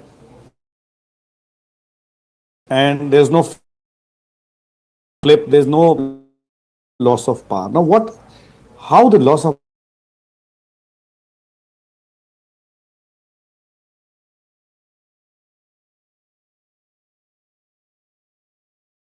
power can. So we are trained in the simulator. We do exercises regularly. So the engine, even single engine with full takeoff weight, certified takeoff weight, is designed to climb out of the runway on a single engine, clearing all the obstacles in the runway path and achieving the climb gradient for that airport which is designed. Having said that, so looks like to me that if there was some engine failure or one engine failure, the aircraft still is very flyworthy and could have gotten airborne. But the very fact that it came down like under the full force of gravity looks like loss of power on both engines, which could happen because of multiple bird strike. If you have a multiple bird strike or on both the engines, and even though the engines are in the process of winding down and not even the loss or thrust is reduced, or there's some pipeline break on whatever can happen, right? But the engines are not producing that much thrust. And the aircraft had just taken off with full weight, all of it going to London with so much of weight on board, full fuel, everything. What you see immediately on the fire, the ball of fire, the black smoke is of fuel. Anything other than that, when you have an electrical circuit, on fire, that is a white fumes are there, but the black one is always with the fuel. It was a full fuel. So it's so prima facie, it appears to be a loss of engine or power on both the engines, but it's premature to say anything as of now. We all are speculating, and we all are giving our own theories. The flaps, which is a lift augmenting device, it's seen that the flaps are up, it's not down. The landing gear is down, which is again, it's quite surprising, because first the landing gear goes up and then the flap goes up. So the flaps is up in this case. So we are just speculating. And with my experience, what I can tell you is that this is what we cannot confirm. It's all unconfirmed. The inquiry official will tell what exactly. But it's quite tragic that has happened today. Sir, can I ask you, in your experience, this happened very soon after takeoff, within a minute or so. The crew, the captain gave a mayday call. There was an SOS call. Could you, in your experience, just share with us what those moments could have been like inside the cockpit, given that something has gone wrong so terribly that the plane is unable to lift? Yeah, you see, the first thing is the mayday call is given. It's a distress call. So there are two calls in international aviation fraternity. In the basic, it's distress and urgency. So distress is mayday, mayday, mayday. Urgency is pan, pan, pan, pan. So this is It is to identify what kind of the emergency the aircraft or the aircraft is experiencing. Mayday means that it's in a distress. It means that the aircraft is under imminent danger, or the occupants of the aircraft are under imminent danger, and it could, in the civil parlance, you can say that yes, the aircraft is about to crash or something, or out of control, right? When the aircraft goes out of fuel and says mayday, mayday, that means the aircraft is not able, it's not a flyworthy, not able to sustain in the air. Okay, that is what there's the imminent danger to the lives or to the aircraft and everything. That is why it's a distress call given. The very fact that the pilot gave the distress call of mayday, mayday, mayday, it means that he did not have whatever could have been done, what already been done. At the end of it, once you know that it's whatever a pilot was supposed to be doing, he has done in that short span of time, 1.6 nautical miles, when the aircraft has come down after takeoff. He has already done everything, and thereafter, at the end of it, it says just informing that it's a distress situation now, and then he gives the mayday call. Absolutely. Can I go back across to Captain C.S. Randhawa as well, because he's also been former Deputy Chief Flight Operations Inspector at the DGCA. So do you sense that there could have been any maintenance issue, as one of our guests is pointing out, that it could well plain be negligence of maintenance in this case? I have my doubts on that, because the aircraft has flown from Delhi, and Air India maintenance is good, and I do not foresee that happening. I told you there could have been a chance of fuel contamination because of cold soak. The water has gone, because now the cold soak also, if it is taking place, and if the water has gone through the fuel pipelines along with the fuel, going into both the engines, and then both engines having turned down because of contamination, is a very rare possibility. So I think there could be a bird head, there could be a control jam, as I still mentioned, or there could be some contamination in the fuel and because of the cold soak, but unlikely of any issues regarding maintenance. One point which one of the people in the panel, he spoke that the flaps seem to be up. Now, in the video, it is not clear that the flaps have gone up or flaps are down. In case the flaps have gone up, then I do not think that could be a technical issue, that the flaps will go up automatically. Now, in case that happens at a low altitude, there can be a loss of lift. Okay, if the engine sounds are being heard, and if the engines were revving and they were running, then this could be a possibility, a loss of lift in case the flaps have gone up. So these are all, we are trying to speculate things, but actually everything will come clear when the DFDR and the CVR are taken out and they are analyzed. And of course, Boeing is going to be part of the investigations, because there is a lot at stake for the manufacturer. Absolutely. Because a fear of flying will settle in the minds of passengers who are flying 787. So it will be in the interest and of the the AIB and the Boeing company to come out, which they will come out after they have analyzed the DFDR and the CVR. Well, Boeing has indicated already in its statement that they are, of course, going to participate in whatever processes are involved and investigations. These are also visuals on the right of your screen of the aviation minister, Mr. Naidu, who has landed in Gujarat now, and he's at the crash site. These are live visuals that we're getting. We're also, of course, expecting Home Minister Amit Shah, along with officials of the Civil Aviation Ministry, the DGCA, and others who've been asked to be on ground, because it is really in Ahmedabad where most of the efforts are required. There are additional trains that have now been announced for to and fro Ahmedabad, especially from Delhi and Mumbai, because flight operations were disrupted and possibly people might want to take a train out, in or out of the city right now. I want to go back across to Captain Saurabh Bhatnagar one more time. Sir, this jamming that has been talked about, some other experts had also mentioned this during the day, this control jam. What causes this, and what can a pilot do in a situation like that? What Captain Nandahava has said, yes, control jam can happen at any time, control surface jamming, anything which is motor failure, or because it's a fly-by-wire aircraft, electric signal goes and then the hydraulics operate the system. So if there is a control jam or a control failure, definitely the aircraft will not be able, the pilot will not be able to control the aircraft. But what I what my thing is that even if there is I would say a control failure or control jam, if the engines are developing thrust, and if the pilot at that point of time, move the thrust levers to toga, full power, the aircraft will climb out immediately. The aircraft did not climb out, it went down.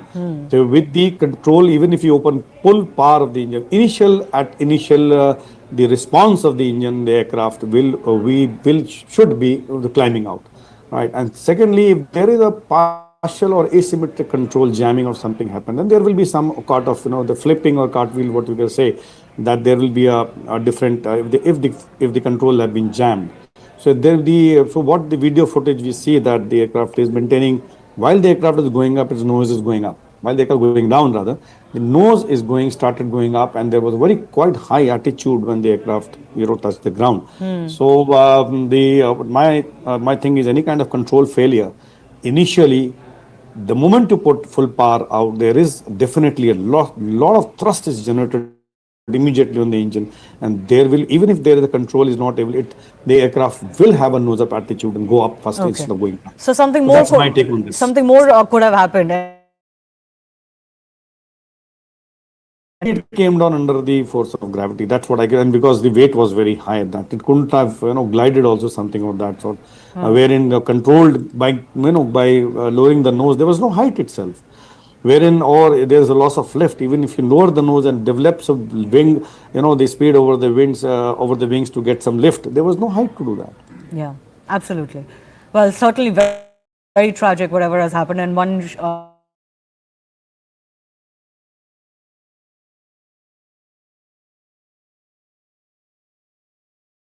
Who have been taken to hospital now, we are being told, and we really do pray for their well-being. Let's also take final comments from Group Captain MJ Vinod and Dr. Vandana Singh one more time.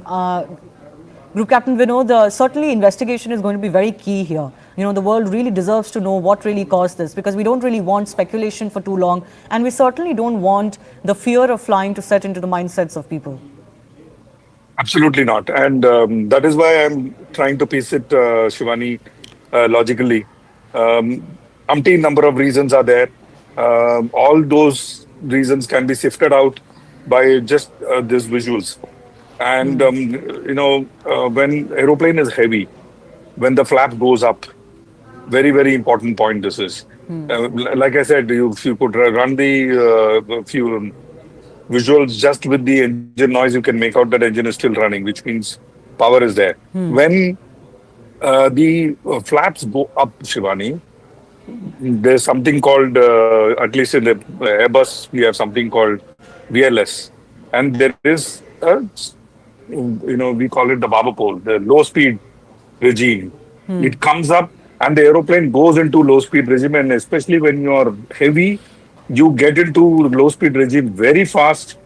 You get into stall condition very fast when you take the flaps up prematurely. And in this case, it is the loss of lift. The reason could be umpteen, including electrical. So that is something we may need to keep in mind. Why the flap went up is the question that FDR will answer. Flap Yes. went up is the reason it went down into the ground, is my take on the subject. Rest all or noise. Over to you. Dr. Vandana Singh, we did get an update that the entire fleet for Air India is now being reassessed. Do you think there should be an across airline kind of exercise done post this crash, even though we cannot ascertain the very reasons for this crash right now?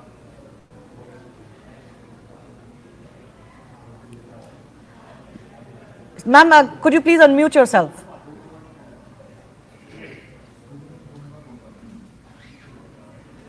Dr. Vandana Singh, can you hear me? I can hear you. Yes, go ahead. We can hear you now. Thank you, Shivani. My comments on this is absolutely there should be complete audits on all equipments that we all have in India. We should be very, very vigilant. This was the writing on the wall. It has been for a very long time. We have been seeing various cases happening in the US where we have been coming on the various channels and discussing it, and including the case that happened at the Jeju airport where it went into a thick wall. Now the question is that it is very pertinent, it is very important that these checks are done. We should not be just looking at Turkish, we should be looking at ourselves also, and we should be making sure that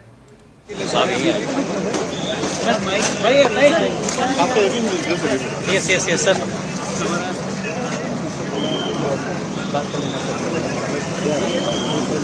Minister Mr. K. Ramohan Naidu to speak. The media is there with him. He's at the crash site. In fact, those are the buildings that you can see in the background. These are the hostels, we are told, and medical college students were actually staying in these hostels. One of the buildings is the mess. Question है sir अभी आए inspect कर रहे हैं तो थोड़ा time दीजिए हमें okay thank you I think the minister there just indicating that they've just come there. They'll take some time to inspect and speak after that. The media trying to take a response from the civil aviation minister there. थोड़ी देर अभी करेंगे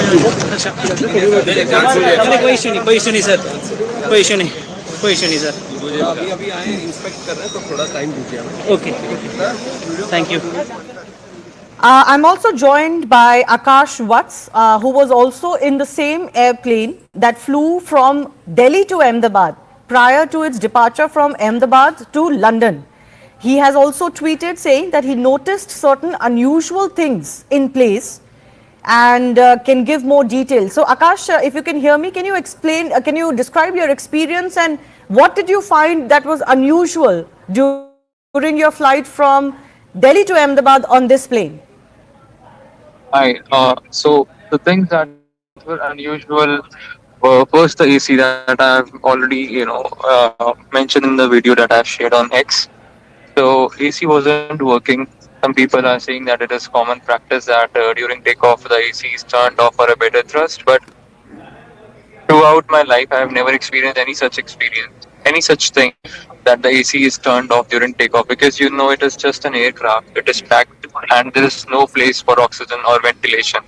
So it was very suffocated. In fact, I turned on the front camera. I've shared that same video. I turned on the front camera and I was sweating. My hands were sweating. After the takeoff, the compressor was like getting turned on, turned off, on,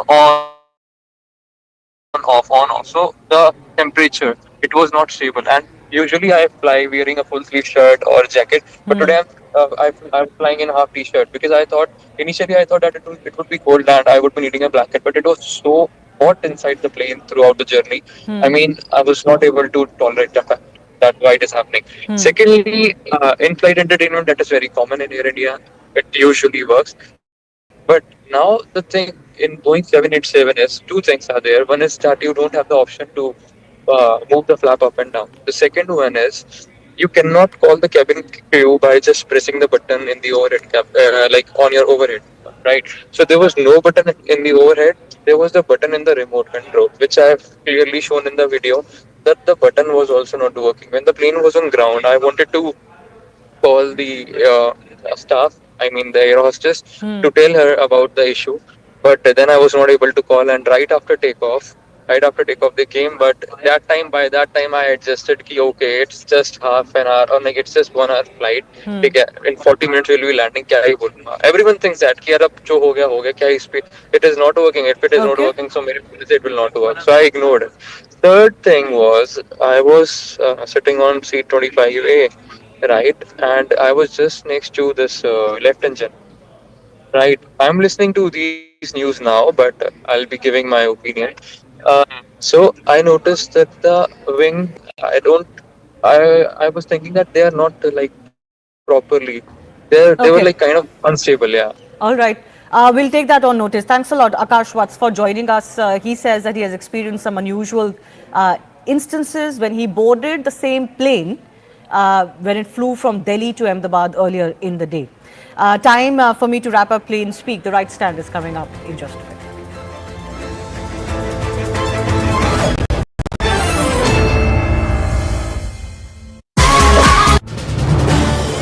This is News 18 Network.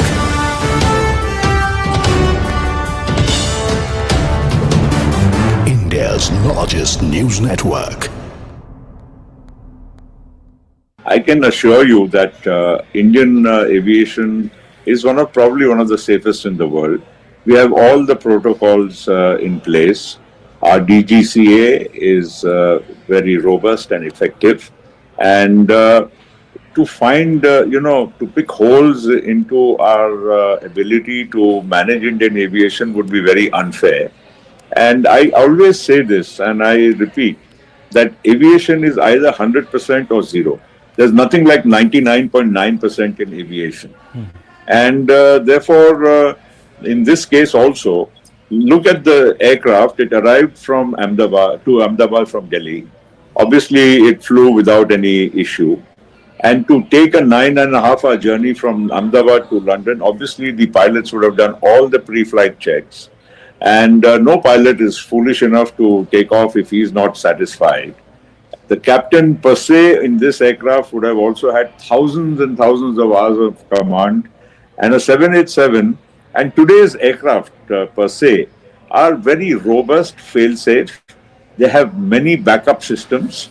And to really think what went wrong, I would be hazarding a guess, which would not be fair.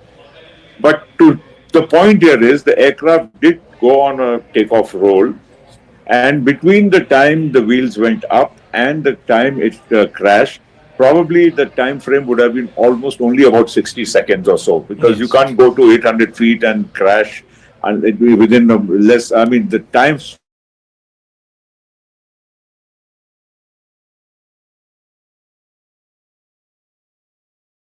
span is only which would be unfair.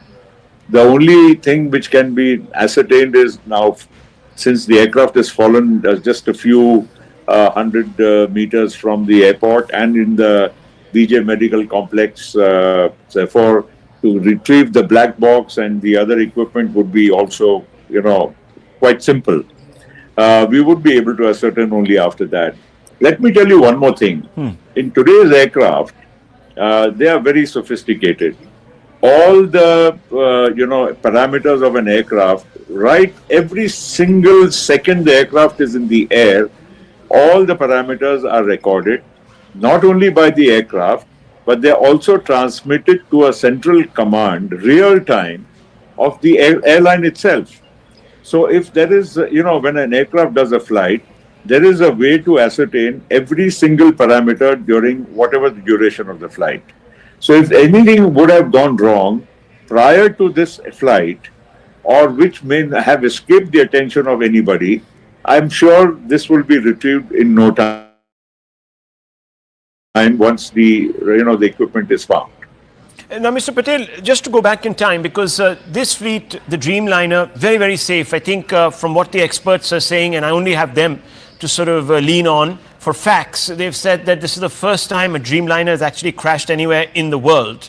Now, most of these Dreamliners were purchased, I suppose, about 10, 12, 15 years back by Air India when it was still government-owned.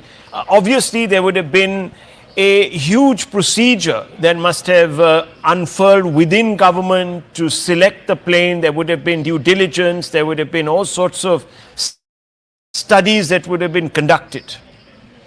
Well, most certainly. I mean, first, the procedure itself in government is a very robust procedure.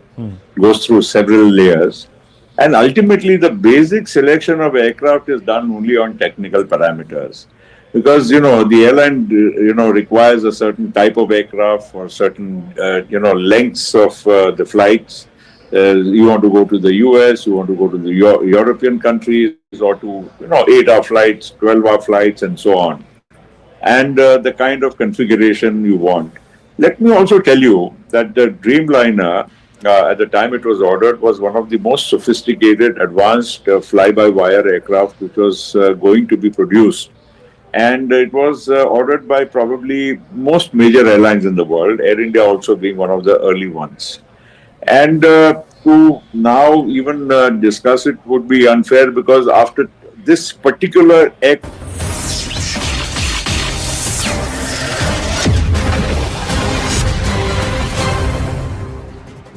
watching the right stand, I'm Akanksha Swaroop. We're getting in breaking inputs. In fact, in deeply tragic news coming in, what we're learning is that Gujarat's former Chief Minister Vijay Rupani is confirmed dead in the shocking Air India plane crash that took place today, and that took place on Thursday afternoon. Remember, he had checked into the Z class, which, as we all know, falls under the business class category. Deeply, deeply tragic news coming in that the former Gujarat CM has been declared dead.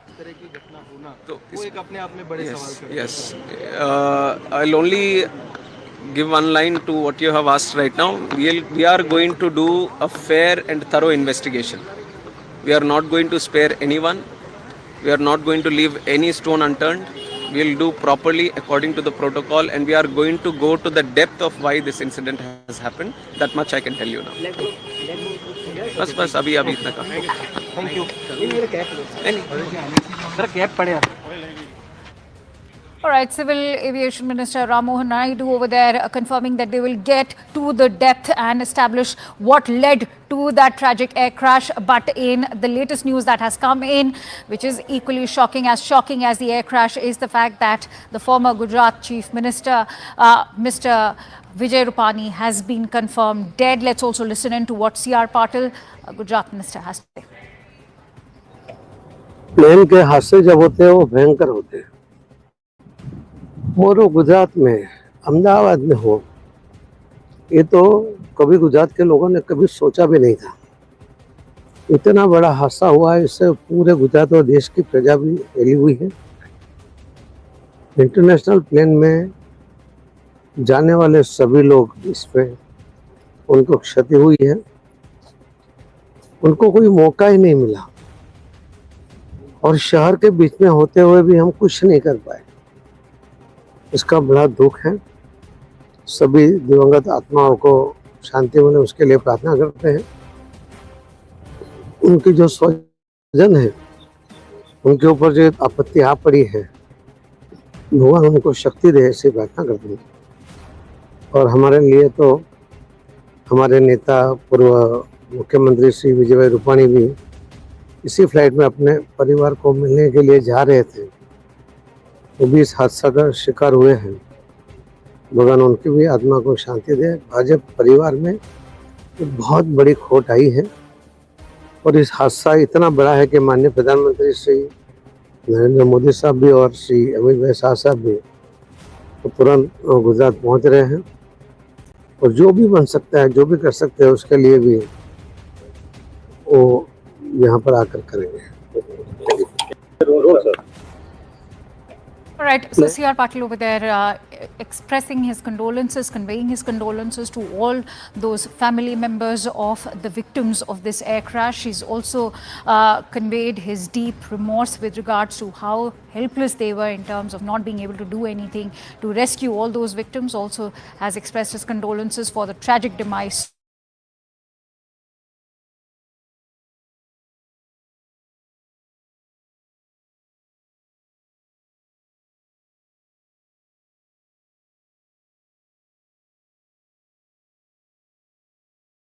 of just a short while ago, but Rupani's demise feels very personal. I have covered his journey both as a Rajya Sabha member of Parliament, to the fact that he was declared the Chief Minister in 2016, to the fact that he was asked to step down in 2021 when Bhupendra Patel took over. Thereafter, he's held organizational responsibilities. Is currently the Punjab head as far as the BJP's organization is really concerned. He has been somebody who has in fact stepped down from active politics, in the sense he would not fight active electoral politics in 2022 when he wrote that letter to C.R. Patil, essentially saying that he would not like to contest the election. And what a tragedy coming to the fore, Akanksha. He was on his way to London. That picture which is out is what fellow passenger clicked and sent to his daughter, because his wife, his daughter was already, residing in London. She's married and has been residing in London. His son, who was in the US, was on his way to London, because the entire family was to meet together and celebrate a vacation together as well. What a sad end to this life as well. Vijay Rupani had a long-standing career. He started his career as an ABVP, supporter. He's been somebody who, in fact, moved on to, in fact, be an RSS Pracharak. Has also been somebody who associated with the Janata government, had associated with the BJP from its very inception. One of those leaders who has actually spent few months in jail during the 1976 emergency as well. Extremely close to the BJP top leadership. Hails from Rajkot, is a Gujarati of the Jain community, has held multiple responsibilities, both with the organization and also with multiple responsibilities, including being a mayor in the past as well. What a sad end to the 68-year-old life. And Vijay Rupani, in a way, was on a happy trip to London, trying to meet his family for a vacation, and it ended in a very, very tragic manner. One heart goes out to his entire family, and that has to actually deal with this tragedy now. Right, absolutely agree with you. He was a figure who commanded and wielded much influence in the politics of not just the Bharatiya Janata Party, but particularly in Gujarat, because as you highlighted, he held office as the CM between 2016 and 2021. In fact, had held 2 consecutive terms. Many thanks to you, Payal, for bringing us those latest inputs. Let's also give our viewers a quick recap in terms of what exactly happened. From Ahmedabad to London Gatwick was the flight actually headed to. As it crashed, the flight took off from runway number 23 at 1:38 p.m. local time. 230 passengers were on board, 12 crew members included. 169 out of these were Indians, 53 were British, 7 Portuguese and 1 Canadian national was on board. A mayday call was issued shortly after takeoff, which was, of course, not responded. The flight soon after crashed into a medical hostel building. So what happened mid-air also? Initial data from Flight Air India 171 shows that the aircraft reached a maximum barometric altitude of 625 feet. The airport altitude is about 200 feet. Minutes after making this mayday call, the Air India flight started to descend rapidly with a vertical speed of minus 475 feet per minute.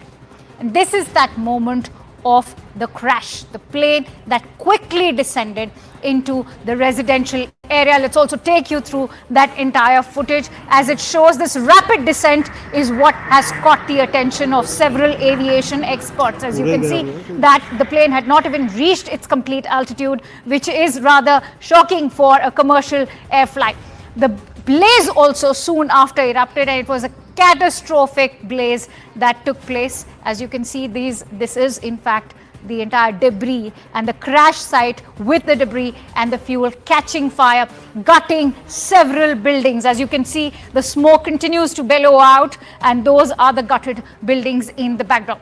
Parts of the plane crashed into nearby residential areas, wrecking several buildings, as you can see. And it is the medical students from these buildings that are still struggling for life. Many of them are also being reported dead. But what has caught the attention of the viewers is the nose of the aircraft, which is stuck inside the building. Plane parts destroyed several buildings near the crash site. The parts of the fuselage and engines were cut into several buildings, as you can see. The teams soon after kicked into action. All these emergency teams were activated. They were working round the clock, even as we speak, to douse the flames at the crash site and the nearby buildings. This is one of the deadliest Boeing crashes. Remember, if we look at the cases across the globe, let me give you a quick recap of what happened in December of 2024. Jeju air crash happened in South Korea. It was a Boeing 737-800. What was the reason? It overshot the runway post-emergency landing. What was the death toll like? 179 people of the 181 which were on board were all killed. Let's now quickly rewind to 2019 March, and Ethiopian Airlines, again a Boeing 737 MAX 8. What was the reason? It crashed post-takeoff from Addis Ababa, led to a death toll of 157 passengers and crew members, all of them killed. In October of 2018, the Lion Air Flight 610 in Indonesia crashed. It was a Boeing 737 MAX 8. The reason that was given that time was that it crashed into the ocean soon after takeoff. All 189 on board were killed. If we look at Air India crashes at home, especially in August of 2020, Air India Express flight 1344 killed 184 passengers, 6 crew members, and the reason given was that it overshot the runway during the landing. The death toll was 21 fatalities, and the conclusion that was drawn, in fact, was that there was a non-adherence to the SOPs by the pilot. Now, in May of 2010, in Mangaluru, the Air India Express flight 812 killed 160 passengers and 6 crew members that were on board. The reason that was given was that it overshot the runway, fell into a gorge, and led to the death toll of 152 fatalities. The deduction was that the captain failed to discontinue the plane. And so the Ahmedabad air disaster is the deadliest crash in Indian aviation. It has, of course, prompted several unanswered questions. Let me bring those questions forward to you. The first most burgeoning question that begs our attention is, was there a technical issue detected a day before the flight that was perhaps missed out on? The other question that also is being raised is what prompted the pilot to issue the SOS within 5 minutes of the takeoff. Can foul play angle be even ruled out by the authorities? Will all Boeing 787 planes now be put under scanner following this deadly air crash in Ahmedabad today? Will the black box unlock the mystery behind the plane crash? These are all the host of questions that beg and people are still looking for answers for. Now, we are also getting in some breaking inputs right now.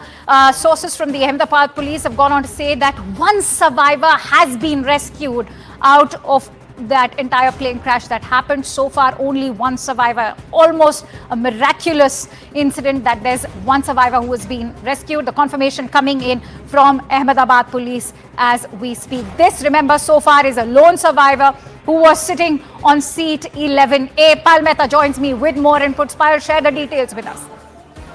Well, what we're given to understand is that there is possibly one survivor. That is at least what the authorities are confirming. So that was actually at least some glint, of hope in this entire otherwise dismal affair that was only seen. That 11A is a survivor that the police has really come out and said, and that is actually no less than a miracle, given the fact that we're almost confirmed that most of the passengers are feared to be dead. In this, including the building against which it crashed, where doctors were eating lunch during the lunch hour as well. This is tragic beyond, beyond one's imagination, but at least one faint glint of hope. And that survivor actually must be a real survivor to survive this entire crash where everybody around him is feared to be dead. Akansha. Also, Payal, what are you learning in terms of the condition of this survivor? How seriously or gravely is he injured, and are there any hopes of him? All right, we seem to have lost that connection with Payal, but what we can tell you is this is almost a miracle that we have a lone survivor from that plane crash.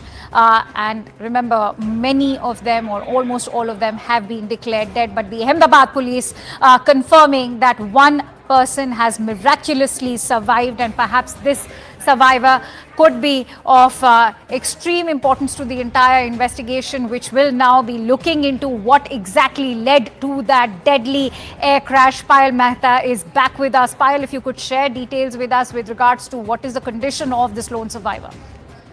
Well, the condition has certainly been ascertained, and no doubt whatsoever. I can't say that person must have really, got grievous injuries, to say the least, given the fact that everything around him is charged. One has to remember that the flight was full completely. It was full to its capacity, and also the fact that the flight was just taking off, which clearly meant that even fuel-wise, the flight would have been completely full to the brim, and therefore everything around them is really charged. The Ahmedabad police is still trying to ascertain his exact health condition. But like I said, in a place where actually everything seems to be so glum, at least there's this faint hint of some sort of a hope coming up that life knows how to survive. Absolutely. Also, now that we have a lone survivor, Payal, share with us how crucial and pivotal could be this survival, in fact, for the entire ongoing investigation. As we also heard what the Civil Aviation Minister, Mr. Ram Mohan Naidu, had to say, that they will get to the bottom of what exactly led to this crash. Of course, it's going to be of great help to see when he or she is able to recover and be able to share what he or she went through, in the entire flight, depending completely on his health condition, what he's able to recall. But at least one thing is for sure, at least one family will have some smile on their face when everybody around them are completely heartbroken and just fallen, given the fact that every of their loved ones have, fallen prey to this ghastly attack, ghastly crash which has taken place as well. But like I said, it is going to be certainly a very important piece of evidence coming to the fore. He's an eyewitness who was on that flight. He will be able to, in fact, recall and tell the police officials what really happened. But I'm sure before, the ATC was connected, the pilot must have also alerted the passengers within the aircraft as to what was really happening. It was all this happened within a matter of 60 seconds.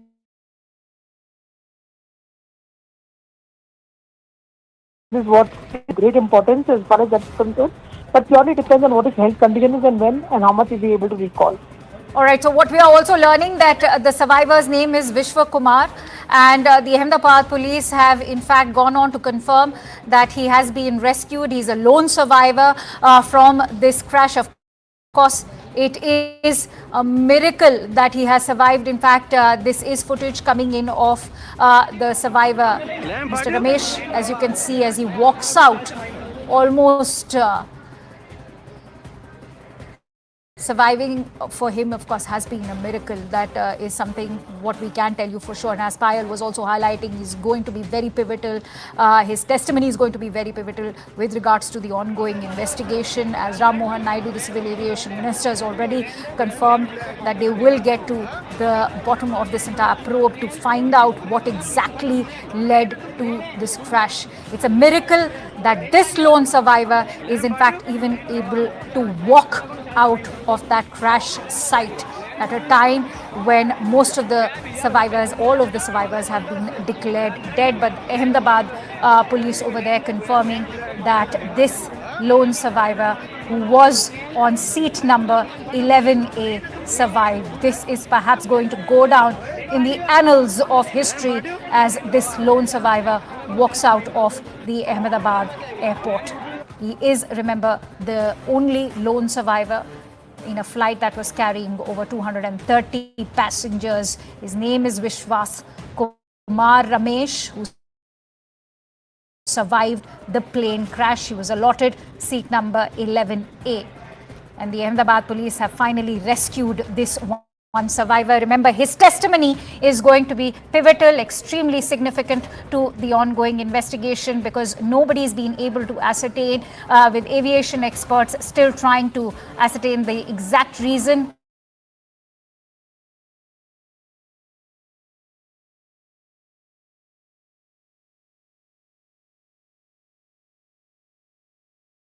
The pitch it into the